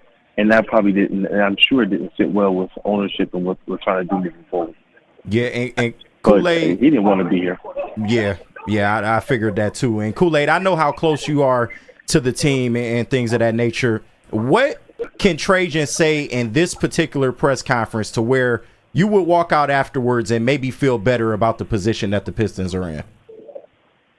Honestly, there's nothing. I've been there, I've done that already. And I told myself I would kind of change up how I do things moving forward. I want to see him just go to work. That's it. I just want to see the results. There's this, and Terry can tell you, and Maz can tell you as well. These are those kind of, they're going to win the day anyway with the quotes and all that. They already know what they're going to cook up and say. They know how they're going to clip it up for socials, and it's going to take off. But we've seen this now. We've seen the good hires. We've seen the SCGs. That was supposed to be a great hire. We've seen Troy. That was supposed to be a great hire. Now we're here again with the Trajan Langdon. They're saying the same things. Now I'm at a point where I'm like, you know what? Before we say trust them, Trajan, we'll give them time. We'll be patient. But I want to see something first before I feel like, you know what? This is the right direction. Hey, I'm going to answer that question. Here's what I want Trajan to say. If Arm Tellem walks into my office and suggests that I should trade for somebody or pick somebody, I'm going to smack him in the face. That's what I want to hear. That was his former guy. That was his former agent. Still smack him in the face. Still smacking you. You know what? I feel that sentiment there, man. And I think that there's a lot of people out there in kind of this Pistons world and in the social world who would love for that to be something that's said, whether it's directly or whether there's some type of sentiment. I know that that's something that everybody's feeling. Is this Trajan's front office? That is what I'm hoping the theme of this press conference is. But, it's an introductory press conference. So sometimes the way these questions are asked are kind of curtailed. So hopefully the theme, though, is this Trajan Langdon's front office? Hey, Kool-Aid joins us. Brandon Kool-Aid Dent, the host of Morning Woodward. Wake Up Woodward, Woodward. And, of course, our Pistons insider here on Woodward Pistons. He joins us from the Pistons Performance Center about 15 minutes away now from the press conference introducing the new president of basketball operations, Trajan Langdon. Tom Gores in the house as well. Brandon Kool-Aid, I'm making you the GM right now. What moves are you making for this team for this upcoming season? Pick number 5 and some free agency. Go. Yeah, if I have to pick at number 5, I am taking Dalton Connect out of Tennessee, the 6'6", kind of wingman. Can do a little bit of everything, can shoot, can play some defense, and he is 23. So when you talk about a guy who's going to fit the timeline, probably kind of has that man weight as well, a little bit more mature with his basketball knowledge and game. What up, Daniel? That's somebody I like if you're talking drafting somebody right now at that number 5 spot. Unless somebody drops. But baby boy, he's 23. Won't he be the oldest guy on the team? Yeah, he'll be the leader. Right. He'll be one of the oldest, man, definitely. But I like him, man. And man, we were out there at for March Madness. Yep, he was there. He was here. We got to see him play up close and personal. And I like what I saw in between the game as well, man. Just his fight. If you're talking about free agents, I'm looking at guys like Nick Claxton. I like the center, the big man from Brooklyn, the defensive efficiency, the stocks with the steals, with the blocks, always approaching about 4 per game. He just controls the paint in a way that we haven't seen here in the Detroit kind of uniform in a long time. And I know we got Jalen Duren here, but sometimes you got to make the tough decision. If your guys aren't getting it done, or if you don't have the time to wait for it, then maybe you look at a guy like Nick Claxton, who the Detroit Pistons have been rumored to be interested in. One of the other interests was Malik Monk, but he just got signed. Got paid 4 years, $78 million. But if I'm looking elsewhere, obviously trade targets in like Brandon Ingram, Darius Garland. Those are 2 players that intrigue me the most. It just depends on what fit you want next to Cade. Do you want more of a guard next to Cade, or do you want more of a wing next to Cade? That can give you kind of some versatile minutes as well. But if that's the free agency for me, I'm actually cool. If you can walk away with one of like a Nick Claxton or either an Ingram or Garland, knowing that you're going to have to take back a bunch of junk from these other teams that you'd be trading for. That's okay. They're used to that, right? Absolutely. I think they should draft. I think they should draft that 7'9" high school kid. If you ask me, 7'9". Did you guys get a load of him yet? He's going to Florida. Did you guys get a load of that kid yet? I haven't seen him, but yeah, I heard about it. Oh my God, I haven't seen him yet, man. I'm gonna have to look this thing up. You got to look him up, man. You got to look him up. He is something. Oliver, I think. Oliver Rue, I think is his name. Hang on, guys. Pete's going to put his picture up. Anyway, I know you got to get rolling here pretty soon. Is it getting a little crowded down there? Oh, yeah, it's packed. It's packed. They're waving people to their seats. You got a good seat? I'm sure things are going to get – yeah, I did actually. Sitting right with the rest of the beat, Corey Woods of the M Live, Keith Langwood. Oh, Corey, we said hey. James Edwards. I will. Of the Athletic, with my St. Kofa, to keep us, and then myself. Hey, if anything good happens, make sure you call us and let us know. All right, we're on for another half hour. Okay. Yeah, even if it's after the show, call me. I need a laugh on the way home. Silly, man. I got you guys. I'll see you, Cool. See what I got to get him, baby. All right, be good. All right. Kool-Aid. Appreciate it, Kool-Aid. Brandon Dent, our Pistons insider, joins us. Look at this kid, 7'9". They'll put his name up in a minute, right? What's his name? Oliver. I forgot it, but it's like Oliver. He played like Zach Edey, though. I know. I don't care. He's 7'9". Zach Edey got a little more girth to him. This is a high school kid. Jesus. There is his name. What's his name? I couldn't read. He dunks and doesn't even jump. He'll save the Pistons. There you go. Larry Bird rule for this kid. Let's draft him right now. Let's draft him right now. Now he probably said, "I'd rather play for Florida than the Pistons." He is actually a Florida commit. Right. Yeah. We'll keep you posted, guys, on the Pistons press conference. Anything good comes out of there, we will have it for you here first. We got plenty more coming up. We got some football news coming up. We'll go around the NFL, and I have the audio from Kelly Stafford yesterday when she dropped Matthew Stafford's pants Joe in Cox. front of the whole country. Big Joe Cox. We're gonna play it out for you. We don't know if it's Joe Cox or this other guy that I think you know it's Joe Cox. I'm sticking with Joe Cox. We have no idea. But Pete, where are we going? We're going to you for Dr. Pierce, my friend. Oh, my man, Dr. Pierce. Let's go. Dr. Pierce, of course, joins us every Tuesday and Thursday. Catch him here Tuesday on Big D Energy.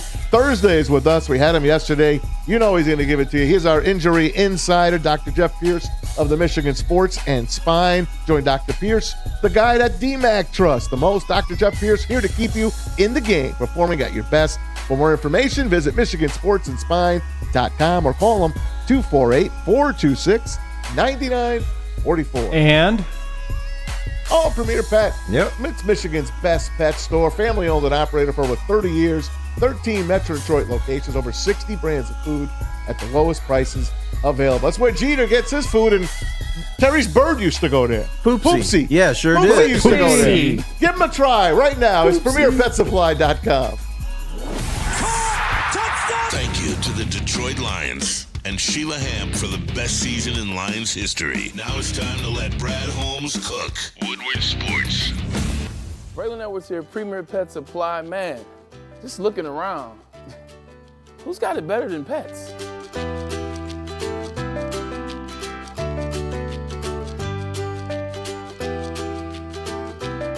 Come on, a baby stroller for Coda?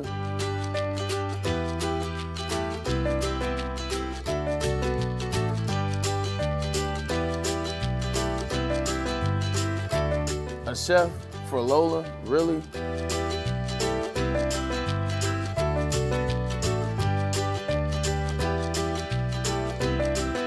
You don't have to tell me who the real boss here is. Who's got it better than pets? Nobody, especially here at Premier Pet Supply. For over 30 years and more than 13 locations, Premier Pet Supply has everything that your pet can dream of, and guess what?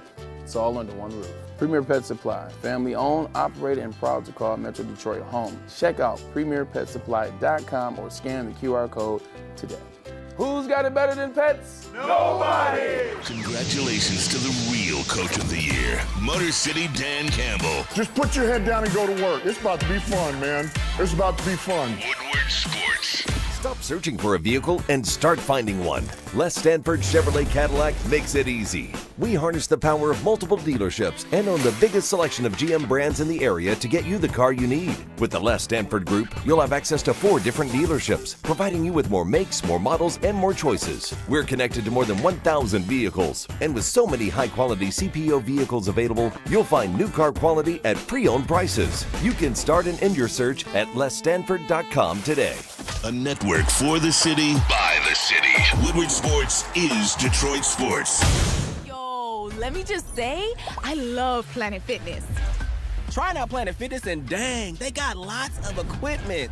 Not me getting a Planet Fitness membership just for the 24-hour perk. Listen, the PF Black Card is worth every penny for this hydro massage. I'm a new man. Did y'all know that the PF app has workouts you can do at home? Cheapest therapy I can find is Planet Fitness. All the benefits, all for less. Planet Fitness, big fitness energy for all. A ton of fun, a ton of sports, and a ton of man-meat. Welcome to the Woodward Heavyweights, live daily 5 to 7 p.m. on Woodward Sports.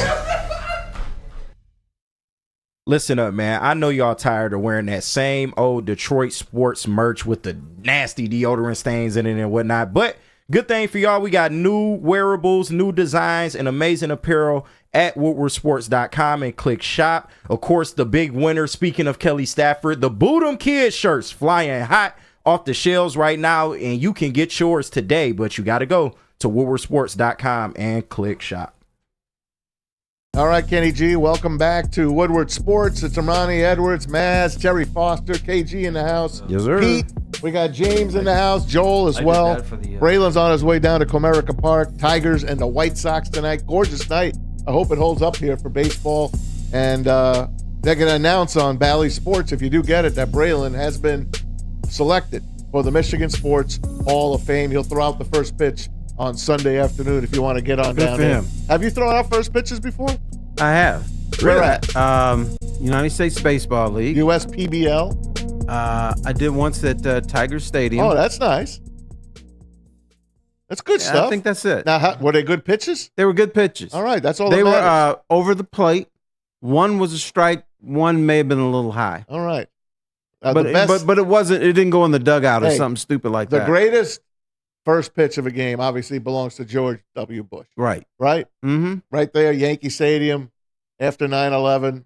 I mean, he was outstanding with that pitch. You got to Was that a curveball or a changeup? What was it? Looked like a little bit of a curve. Okay, Looked like a little bit of a curve. Probably the best day of his presidential reign there. But nonetheless, let's get to inside the NFL, around the NFL. Yesterday, we told you the story that Kelly Stafford went on her podcast and told her co-host that to make Matthew jealous back in the Georgia days, she went out and dated the backup quarterback for the Georgia Bulldogs. Not only that, they all shared, not the all, but Matthew and this gentleman who's unnamed. We think it's Joe Cox. Big Joe We Cox. don't know. Big Joe Cox. We don't know if that's him. Even it's not him. It's him. It's him. They were Thank you, T-Foss. They were on the same dorm, same dorm floor, and everything. I'm going to let Kelly tell you about it. Here's Kelly Stafford from her podcast. So was he trying to casually date and you were all in? Yeah, girl. Anyways, long story short, it wasn't that cute of a relationship at first. I hated him. I loved him. I dated the backup to piss him off, which worked. Yes. He was like, that'll do it. He was the bad boy too. Like Matthew's so sweet and Southern gentleman and all that stuff. And the backup was the complete opposite. Yeah. Ooh, and it upset him. So they lived in the same dorm because athletes lived in the same dorm, and he would see my car there. And so at one point he like waited and followed me out and got in my car and wouldn't get out. Stop. And he was You're like, this is so hot. I was like, this is amazing. It's working. Yeah. I was get out of my car and he was like, he's not right for you. And I was like, what? You can't tell me that. Okay. She's a gambler. She puts it out there. Hey, I give her credit. She puts it out there. Matthew, on the other hand, he's got to be wringing his hands over this one. This is kind of embarrassing. Why put it out there? It's kind of embarrassing. Like, come on, man. I mean, come on. That's garbage. What if Dr. Fauci did that to you? I'd forgive her, but I'd be pissed at her. I'm like, really, girl? Kenny G, how about you? Yeah, there's just some stuff you don't share with the public. And like I said earlier, everybody's relationship goes through, some weird stuff. People that you think is the most perfect couple in the world, they probably got a little dirt, in there. But this is just she just always just says things that don't need to be out in the public. And this is definitely one of them. And you know what? It kind of happened last year. I mean, this year, but during the playoffs, right? She's walking with her kids. We love their kids. We love the Stafford family. She's walking through Ford Field with Ram gear on. It's our first playoff game in how many years? First one ever at Ford Field. And she feels that the fans are booing her kids. When in fact, damn well they're not booing the kids. There's the most important night in Lions history. They're booing the Rams. Yeah, we don't care about your kids. They're booing the Rams, and it's our time that night. And we didn't want it to be Matthew Stafford's time. So what does she do? She gets in his ear, tells him, hey, they did this. And then what happens at the end of the game, Terry? He comes in, and they ask him, are you happy for the Detroit fans? He's like, well, I'm happy for some of the players, blah, blah, blah. And he was pissed. Yeah. He lost a tough game. They probably should have won. He was concussed. And he was pissed. And you know what? He had that in the back of his mind. Yeah. So she's doing some mental warfare with her husband. She is, but I believe a few years ago, Matthew told her to stop it. And she hasn't stopped. She hasn't. And we're talking about her, right? Yeah. Right. She's back in the news. And Kenny's got that shirt, right? That, boo them kids, man. Boo them kids. I would never boo those kids. Right, but that's the point of it, though. Like, we paid $300 to boo your children. Like, come on now. No, when I stop it. You don't think fans were booing her kids? Not for at real? all. Not at all. Not See, a soul. I think y'all. Not a soul. Y'all are giving. They were booing Stafford. They were booing the Rams. They weren't booing her children. Like, come on. We're not savages. No, you are. These people here are savages. You know good and damn well they were booing her kids too. Would you boo the kids, Terry? No, I don't boo. Oh, okay, but the rest of us got to. I don't boo anybody. Terry's vanilla. He's not a fan. The fan has been ripped out of him for like 30, 40 years. Makes sense. He's just a straight arrow guy. He just calls it like it is. That's me. He don't care really who wins. Although deep down, I do believe in his heart of hearts, in that cold heart of his, he wants the Lions to win a Super Bowl. You can tell he's a softie. He's definitely a softie. Don't you, Terry? But yeah, I would like to see that. Okay. And mostly for the people here, the long-suffering people who want to see that. I mean, I think they'd be happy if they just made it there. Yeah. Well, that could be the next step. I would accept that as the next step, but that's the least I want to accept. But you know, next season something funky is going to happen. They're going to be right there. All right, that's enough. They're going to be up 30. Okay. We're going to move on. No, they're going to be in the NFC Championship game. Anyway. Up 30 against San Francisco. And then there's going to be some bad call. And then they're going to blow the lead. Okay. Play a little music for moving on. The Patriots yesterday signed Ramondre Stevenson. He gets 4 years, $36 million. Wow. That makes him the 7th highest paid running back in the game. And let's put up that list, Pete. Yep. Look at the running backs that are on this list and tell me that he belongs on this list. Now, he's a good back. Yeah. He's a good back, tough guy. That's a bad signing. It is. To me, that's a lot of money to give him. Absolutely. For somebody that's as injured as he is, man, when he's on the field, he's great. But, yeah, I wouldn't have paid him that. You know the rule. We don't normally pay running backs, especially when they start to get a little long in the tooth. But even if he was healthy, I wouldn't pay him. Yeah. By the way, did you guys see? I don't have it with me, but Did you see the latest pictures of Bill Belichick and his girlfriend? Oh, the cheerleader, the 24-year-old? They're out there now, man. Oh, they're wow. holding hands. Wow. He's at her cheerleading competition. Is she a cutie? She's a cutie. Yeah. She's 24 years old or 25 years old. I think he's 50 years older than her. Bill getting down, man. He was at her cheerleading competition. He has a boat, of course, in Nantucket, and they were out there on their boat. He's out there, man. He don't care. He's like a completely different person since he left that locker room. And he's going to be part of the Manning cast. Really? You're going to see him every Monday. That is crazy. crazy. He's going to be on man. the Manning cast. Now, is he going to be there? Nice to be on here, Peyton and Eli. No, he asked me anything. No, if you saw want. him at the roast, that's the guy you're going to see. Oh, you know what? Now he's got a 23-year-old. Man, Yeah. he's that blood is probably pumping. And now. he had her back then. Yeah, he did. And Gronk and a lot of those players knew about it, and they gave a lot of inside jokes that we didn't get at the time. Yeah. That don't worry about Bill. But the first thing he's fine. First thing we got was that ring video though. So Yep. you knew that was something was up, man. That was a couple months ago. No 70-year-old man does the walk of shame with his shirt off, man. Still don't get that. I still don't understand. Mads, if you were not married, put your shirt on in the house. Okay, okay, I'm Maybe beyond the that. night started without a and, shirt. and you could pull, dude, bro. If you could pull a 23-year-old, Well, yeah. at your age, would you do it? Of course. Okay, Of course. Who wouldn't? Mazzy, baby. Who All wouldn't? right. Who wouldn't? I would. Yeah. Would you of do the course walk would. of shame shirt off? If I had to. If I had to. No, I'm wearing a shirt, but if she says, "Baby, you take that shirt off, Yeah, then we're you gonna do it. have some Then more you do fun it. tonight. I'm taking that shirt off. Yeah, man. You can see on my flab if you want. You just saw the highest paid running backs. Let me put you up a list of the highest paid quarterbacks right now. We talked about Trevor Lawrence at his press conference yesterday with Jacksonville. Says he wants to bring him a championship. But there we go. There are the top, top six? Golf going down the list as we There speak. you go. See, as we predicted, Yep. Goff will be dropping down that list little by little by little. Go over those guys for me, Terry, one at a time. Take it from the top. I can't see. You can't see Is that that one? Jalen Hurts? It's Trevor Lawrence. Oh, Trevor Lawrence. I could do it. Go ahead, KG. Tied for first, we have Trevor Lawrence at $55 million. We also have Joe Burrow at $55 million. At number 3, Jared Goff ringing in at $53 million. Justin Herbert at $52.5. At number 5, Lamar Jackson, $52 million. And Jalen Hurts at number 6, $51 million. All right, so we're talking about a million or two between them all, right? Yeah, A couple of million between top and number 6. So Well, you know, Patrick Mahomes got to get 60. probably. Yeah, you Well, think you know who's next up? It's Dak Prescott. And do you pay him that? What other choice do they have? Mm-hmm. This is the market now. We was talking about it earlier. A lot of these teams are hamstrung to these quarterbacks. What else you go? You go hop back in the draft, restart it again? Like, I don't know. They gotta pay the man. Yeah, Jerry Jones thinks he's going to win it this year. He thinks that every year. If he thinks that, then he's got to go with Dak. He can't come in with a He didn't want to rookie. pay him the first time. I know. But at some point, he's going to have to, reluctantly. And doesn't Brock Purdy have to get paid?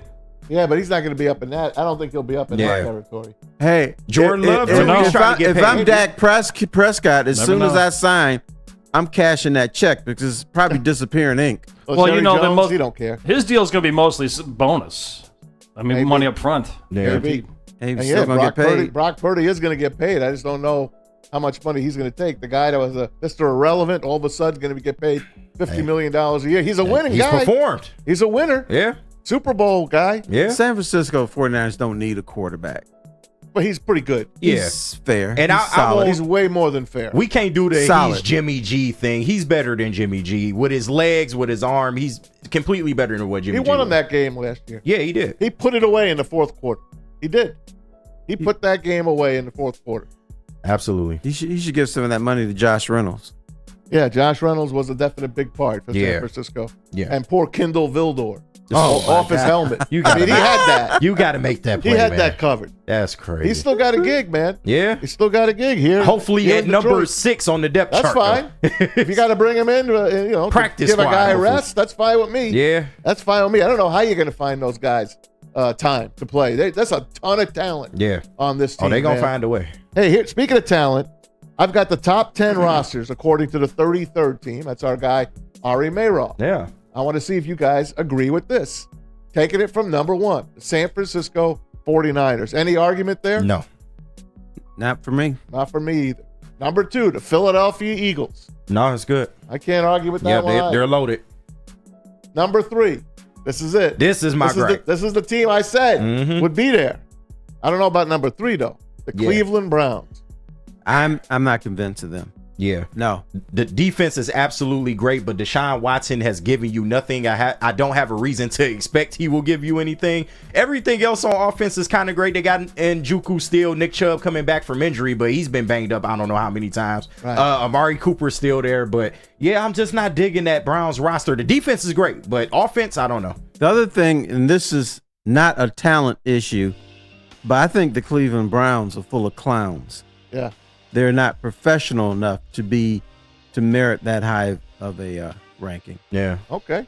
We'll have to see. Yeah. Number 4, the Super Bowl champion Kansas City Chiefs. This one is debatable because you can arguably put the Lions above them, but they are the Super Bowl champions. They do have a lot coming back on that defense. The only real question mark to me with them is offensive line and, of course, the wide receivers that they didn't have last year but still managed to win the damn thing. So that would be my How can only you put gripe. the Lions ahead of them? I mean, from top to bottom, Lions offensively, best offensive line in the league, best running back duo I in put the the league. Lions ahead of the Browns. Yeah. So I would do that. Not ahead of Kansas City. Okay, so the Lions should move up to number 4. Chiefs should move up to number 3. Right. Cleveland should move down to number 6. Yeah. Where they have the New York Jets. Yeah. And I know this is your guy, man, Aaron Rodgers, man. It's all on him. It's all on him. Don't bet it at home, folks. And what's he doing right now? What's he doing? Peyote? Ayahuasca. Another ayahuasca trip. Got mushrooms. He's got it all, man. He's gonna get injured again. I just really am not confident he'll make it all 17 games. Now, here's a team that's gonna. I love their coach, Mike McDaniel, and the Miami Dolphins. That's a team that's going to surprise some people this year. They made some good additions, particularly on defense. They drafted Chop Robinson as well. They're the fastest team in the league. Yeah, Tyreek Hill. You got Achane coming back off injury. He was dangerous. So I do like the roster. But can we put them ahead of the Jets? No, I would. The Jets on paper, though, do have a good roster. It's just, are they going to do anything with it? They're the Jets still. Yeah, that's true. just the way I look at them. Yeah. Remember back in the day, we used to say, oh, it's the Lions, though. Yeah. Now we got, it's the Jets now. Yeah, they're the Lions of the AFC, as Maz loves to say. They are, bro. Yeah. Number 8 is the Baltimore Ravens. I think you can move them up a bit as well. Absolutely. Probably above the Dolphins. I don't know. Probably above the Jets, too, as well. This is a pretty good list, I got to say. Number 9, the Cleveland. Packers. Yeah. And number 10, the Rams. And I think the Rams, and I know Ryan's been picking them for a couple of years now. Who are the 2 wide receivers that they went and got in the draft? Did they get wide receivers? Yeah, Ricky. What the heck's his last name from Florida? Pearson? No, Ricky Pearsall went to the Niners. Yeah. They got got Braden Fisk and Jared Verse in the draft. I know that. There's another guy that they got. I know the chat will put it up there, but yeah, the throw Rams it in their chat. The Rams have rebuilt themselves since selling their soul. Remember they said F those picks? Yeah, they did. And they won that Super Bowl that year. But since then, they have rebuilt that team on the run, on the fly. Matthew Stafford trade worked out for everybody. Sure did. Seriously. Hey, we're going to come back. We got plenty more coming up here. One last segment to go on Woodward Sports. Pete, where we head? Guardian, my friend. All right, let's take it away. So what happens when you see that black and yellow sign out in front of your house? It tells the bad guys one thing. Stay out. It's a new year. Let Guardian Alarm offer you customized solutions from real experts, 24/7 professional monitoring, and technology backed by people. Those people have been proven to care, and that technology has been proven to work, so call 1-800. Stay out. That's 1-800. Stay out. Call them today. Tell them Woodward Sports sent you. We'll be right back.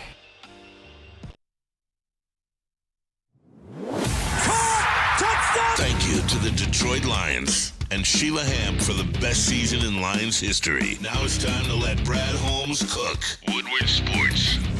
Braylon Edwards here, Premier Pet Supply. Man, just looking around, who's got it better than pets?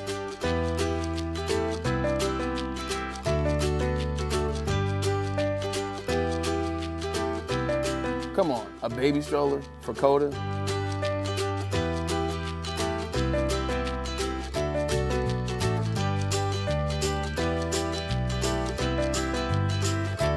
A chef for Lola? Really?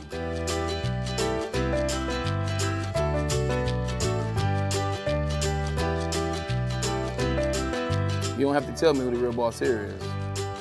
Who's got it better than pets? Nobody, especially here at Premier Pet Supply. For over 30 years and more than 13 locations, Premier Pet Supply has everything that your pet can dream of, and guess what? It's all under one roof. Premier Pet Supply, family owned, operated, and proud to call Metro Detroit home. Check out premierpetsupply.com or scan the QR code today. Who's got it better than pets? Nobody! The most talked about Detroit media by other Detroit media, and we love it. It's the Woodward Sports Network. Come to any Lady Jane's Haircuts for Men and claim your throne for a king's treatment from one of our talented stylists. Open 7 days a week. Walk in anytime. Just get to a Lady Jane's today and receive a precision haircut, scalp massage, hot lather neck shave, and a hot towel treatment. A haircut should not be a chore. It should be an experience. And that's exactly what Lady Jane's has to offer. Open 7 days a week. Walk-ins are always welcome. There's always a location near you. Lady Jane's Haircuts for Men, it's wicked awesome. A network for the city, by the city. Woodward Sports is Detroit sports. Yo, let me just say, I love Planet Fitness. Trying out Planet Fitness and dang, they got lots of equipment. Not me getting a Planet Fitness membership just for the 24-hour perk. Listen, the PF Black Card is worth every penny for this hydro massage. I'm a new man. Did y'all know that the PF app has workouts you can do at home? Cheapest therapy I can find is Planet Fitness. All the benefits, all for less. Planet Fitness, big fitness energy for all. A ton of fun, a ton of sports, and a ton of man meat. Welcome to the Woodward Heavyweights, live daily 5 to 7 p.m. on Woodward Sports. Woodward Sports has a new morning show, not so new, but come spend your mornings with the Woo Crew every day, 8 to 10, Monday through Friday. Wake up, Woodward. Join Kool-Aid, Flannel Sam, Broder, JB, and oh, that's my name, KG. Every morning as we covered all of Detroit sports, talk, banter, and live fan interaction. All on Detroit's #1 sports network, Woodward Sports. Hey guys, dealing with divorce, child custody, visitation, or other family law issues? Well, Kevin and Catherine at KDK Law in Birmingham, they have your back. 10 plus years of experience, 24/7 availability. Scan the QR code on the screen or call them at 248-971-0476. Say Woodward Sports sent you. KDK is going to pay your filing fee. KDK Law, they've got your back. Welcome back to Woodward Sports. We're still waiting on the clown show to start down at the Pistons Performance Center. I don't mean that. Yeah, I really yes, want. you do. No, I don't. I don't. You do, but you don't. I'm a Pistons fan. Yeah. I'm a Knicks lover. I'm a Pistons fan. I love them. But they're still a clown Go show. to mini games. Love them. Watch the old 14. Right. Two things can be left true. and right. Yeah, both things can be true. I want them to get it right, man. Yeah, please. I so Please. want them It's been to 20 get it years right. already. It's really, back in the Palace days, I used to go home to Jersey, and my friends were like, how's that Palace, man? How's the Palace time? I was proud to be a Pistons fan. All those sellouts in a row, and I know they fudged a few of the numbers. But all those sellouts in a row, the banners, Mr. D up there, Daddy Warbucks is up there. Man, it was such a great organization. Even in New Jersey, back in the 80s and 90s, I rooted for that team. I love that bad boys team. And then to see them reinvent themselves as they're going to work Pistons, all those Eastern Conference finals in a row. Yeah. Now, let's face it, easily should have won 2 or 3 championships. Yes, sir. It didn't happen, but now to fall so flat like this, and then the NBA to screw you for 2 straight years is a sin to me. And I just want them to get back to playing Pistons basketball again so I can be proud of the red, white, and blue again. All right, good luck with that, bro. I thought you were going to give me some words of wisdom. Right. Instead, you tell me good luck. Come on, I tell you what, here's my words of wisdom. Don't get your hopes up too high. The organization is still owned by Tom Gores. Yeah. He's an absentee. He's like an absentee slumlord. Yeah. Does he really care? Is he as passionate about this team as he should be? Yeah. And now here's the thing: I'll throw money at anything. But if you're just taking your millions and just burning it in the fireplace, what good does that do the Pistons? Yeah. Oh. He always seems to wait too late to spend. But T. Foss, do you have any confidence in this iteration of the Pistons? Any at all? I do not. I don't like the foundation. I don't like the fact that Arn Tellin is hiring his boys, people that he represents. Yeah. And Tom Gorse and Aaron Tellin have this relationship. This, to me, smells an awful like the Lions in the 60s, 70s, 80s, and 90s when Clay Ford Jr. would hire his friends. Yeah. The only thing different is Tom Gorse will fire your ass when he realizes you are not performing. William Clay would keep him on. Yeah. Because he's not going to lunch with you. Yeah. Right. But the old boys network doesn't work. Mm-hmm. And I don't think it's going to work here. We're going to try to get you out there in the next few minutes. If it works out, great. If not, we'll keep you posted. Of course, the heavyweights come up. You know why at it's 5 probably o'clock. not on there? Because the person who's trying to network it out to us is probably friends with Aaron Tellin. Probably. Well, let's hope it works. Yeah, they're late. They're 3:30, of course, but they're In the starting meantime, late. So. it looks like it's turning out to be a pretty nice night. It is nice. Tigers are playing the White Sox. White Sox and the Tigers right now battling it out for last place in the AL Central. It's not what I really wanted to say. Yeah. The Phillies come to town next week, and then the Tigers hit the road again. This is a must sweep for the Tigers. They must sweep the next 3 games from the White Sox. They're 6 under 500. Yeah. Then you got the Phillies coming, the big bad Phillies coming to town on Monday. That's you 3 must L's. get these 3 games. Starts tonight with John Flaherty. Now, the trade deadline coming up in July. John Paul Morosi, one of the best guys out in Major League Baseball with the MLB Network, went on MLB Network with Lauren Shahady, and they talk a little Tigers. Are they going to be buyers or sellers coming up? Chance to sit down with AJ Hinch, and he really believes in the talent in that building. I think there's frustration over the way they've played the last couple weeks because they want to add at the deadline. They feel like the boys deserve it. What do you think they will do? Well, Lauren, the time is running short, in my view, for the Tigers to truly become a buyer. And Jack Flaherty on the mound tonight, he's a huge name to watch. This is what I see with this Tigers team. They're just a notch below it. I think everybody did a great job of breaking down the Guardians and the Royals. They're not at that level right now. They're just not. And so there's not a lot of time left for the Tigers to prove that they're at least in this wild card conversation. And if they don't get there soon, then I think Jack Flaherty is likely to be available. We could see Mark Canha moved. We could see Gio Urshela moved. There you see it. They're 6.5 games back of the Twins. That's a big distance right now for a team that has struggled offensively in a broader sense this season. Of course, Torkelson getting sent to the minor leagues. Colt Keith, some ups and downs. So right now I'm looking at those pending free agents. Again, the likes of Flaherty and Urshela potentially moved, and Canha. I don't think we'll see Skubal. He's got 2 years left after this year before free agency. That would really surprise me. So we often never say never. It's only the 21st of June, Lauren. But I think Tiger fans, you're safe to buy your Skubal jerseys, but maybe not for everybody, because I do think it looks like a potential selling deadline for the Tigers.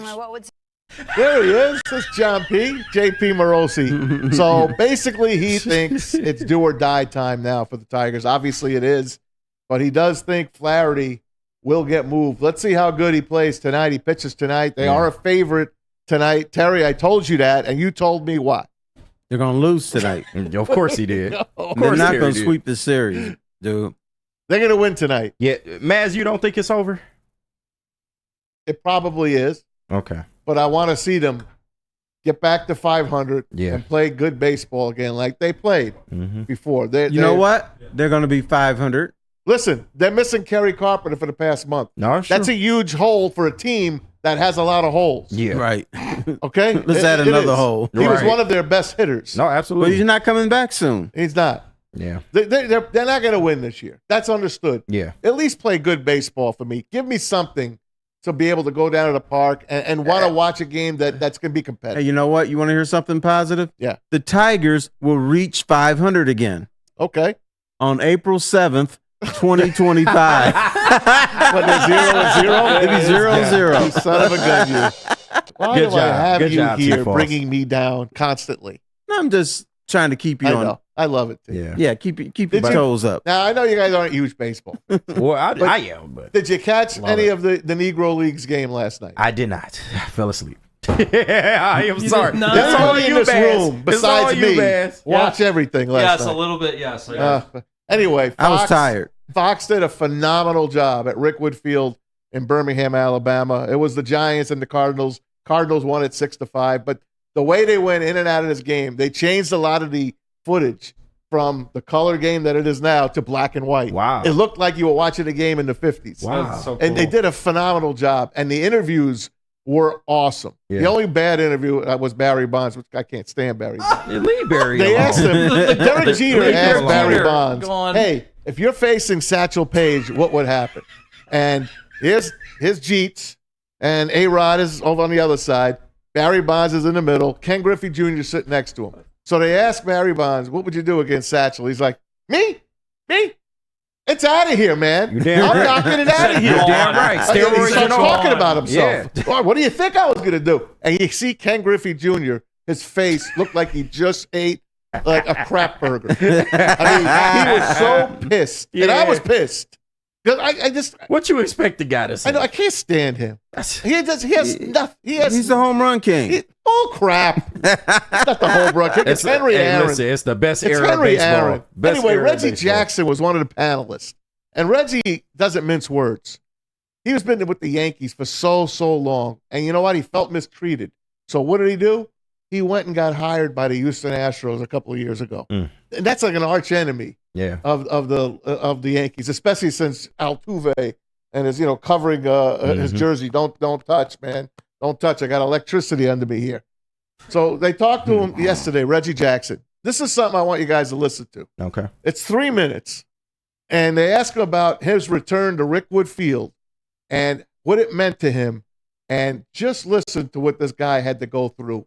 And then think about Jackie Robinson, Willie Mays, and the rest of them, Josh Gibbs, what they all had to go through. Reggie Jackson last night on Fox. Reggie, the baton has been passed for over a century here. We've been talking earlier about if it wasn't for the Willie Mays, the Jackie Robinson, the Reggie Jacksons, the three of us wouldn't have an opportunity to play.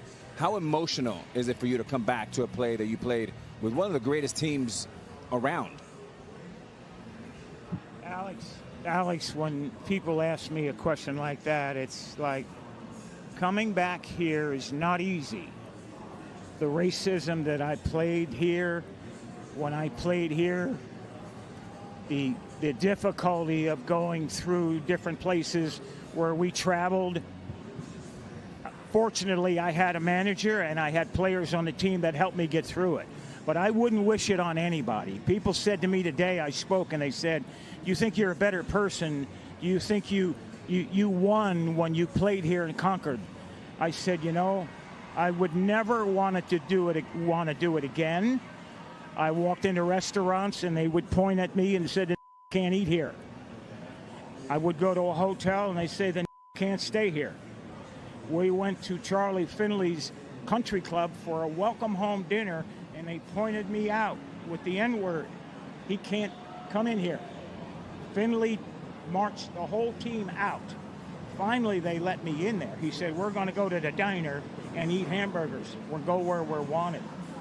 Fortunately, I had a manager, Johnny McNamara, that if I couldn't eat in the place, nobody would eat. We'd get food to travel. If I couldn't stay in a hotel, they'd drive to the next hotel and find a place where I could stay. Had it not been for Raleigh Fingers, Johnny McNamara, Dave Duncan, Joe and Sharon Rudy, I slept on their couch 3-4 nights a week for about a month and a half. Finally, they were threatened that they would burn our apartment complex down unless I got out. I wouldn't wish it on anyone. The year I came here, Bull Connor was the sheriff the year before. And they took minor league baseball out of here because in 1963, the Klan murdered 4 black girls, children, in 11, 12, 14 years old at a church here and never got indicted. They were from the Klan. Life magazine did a story on them like they were being honored. I wouldn't wish it on anyone. At the same time, had it not been for my white friends, had it not been for a white manager and Rudy, Fingers, and Duncan, and Lee Myers, I would have never made it. I was too physically violent. I was ready to physically fight some. I'd have got killed here because I'd have beat someone's ass, and you'd have saw me in an oak tree somewhere. Reggie, I can't even imagine. It's awful you had to go through that, but appreciate you sharing the raw. Man, Reggie Jackson talking to Kevin Burkhardt. Man, why y'all treat us like that? What's up with that? Why is that necessary? I just thought it was very meaningful last night to watch that and to hear what these people had to go through, and it just makes me sad, man. I tell you what's worse than that. You go over to war to represent your country and defend freedom, and you come home, you can't get into restaurants, you can't get into a hotel. Joe Louis. Yep. Yeah. My father went Joe through that. Louis was They let him go bankrupt. The freaking IRS went after Joe Louis. No, but he had to hang out in Black Bottom in Detroit because he couldn't go to certain clubs. Makes me sick in Detroit. Yeah, it's disgusting. I just wanted people to hear that, and I thought last night's game was phenomenal. I bet you they'll replay it on MLB Network or some of it. You might want to catch it. It was really beautifully he's still done. pissed, man. Huh? Reggie Jackson's still pissed. You're damn right. That's he's pissed. powerful, man. He's so pissed, and I love him. It's a shame he had to go through that. He's man. been one of Nobody my should have to go favorite through players since I was a kid. I'll never forget his home run at Tiger Stadium at the All-Star game. It just made me fall in love with baseball. And then he has the greatest feat in baseball history. 3 home runs on 3 consecutive pitches from 3 different pitchers in the World Series to win it for the Yankees over the Dodgers in 1977. No one will ever touch that. Yeah. That's a fact. That's a mic drop, guys. Hey, I also want to thank everyone for joining us. Thanks to Braylon. Good luck, Braylon, going into the Michigan Sports Hall of Fame. Check him out on Bally's this weekend. Sunday, he throws out the first pitch. Go Tigers. Beat those White Sox. For T-Foss, for Kenny G, for Braylon, for Pete, and intern James, and, of course, intern Joel in the back. I'm Mads. We'll see you next week. Have a great weekend, everybody, and enjoy. Peace. Have fun.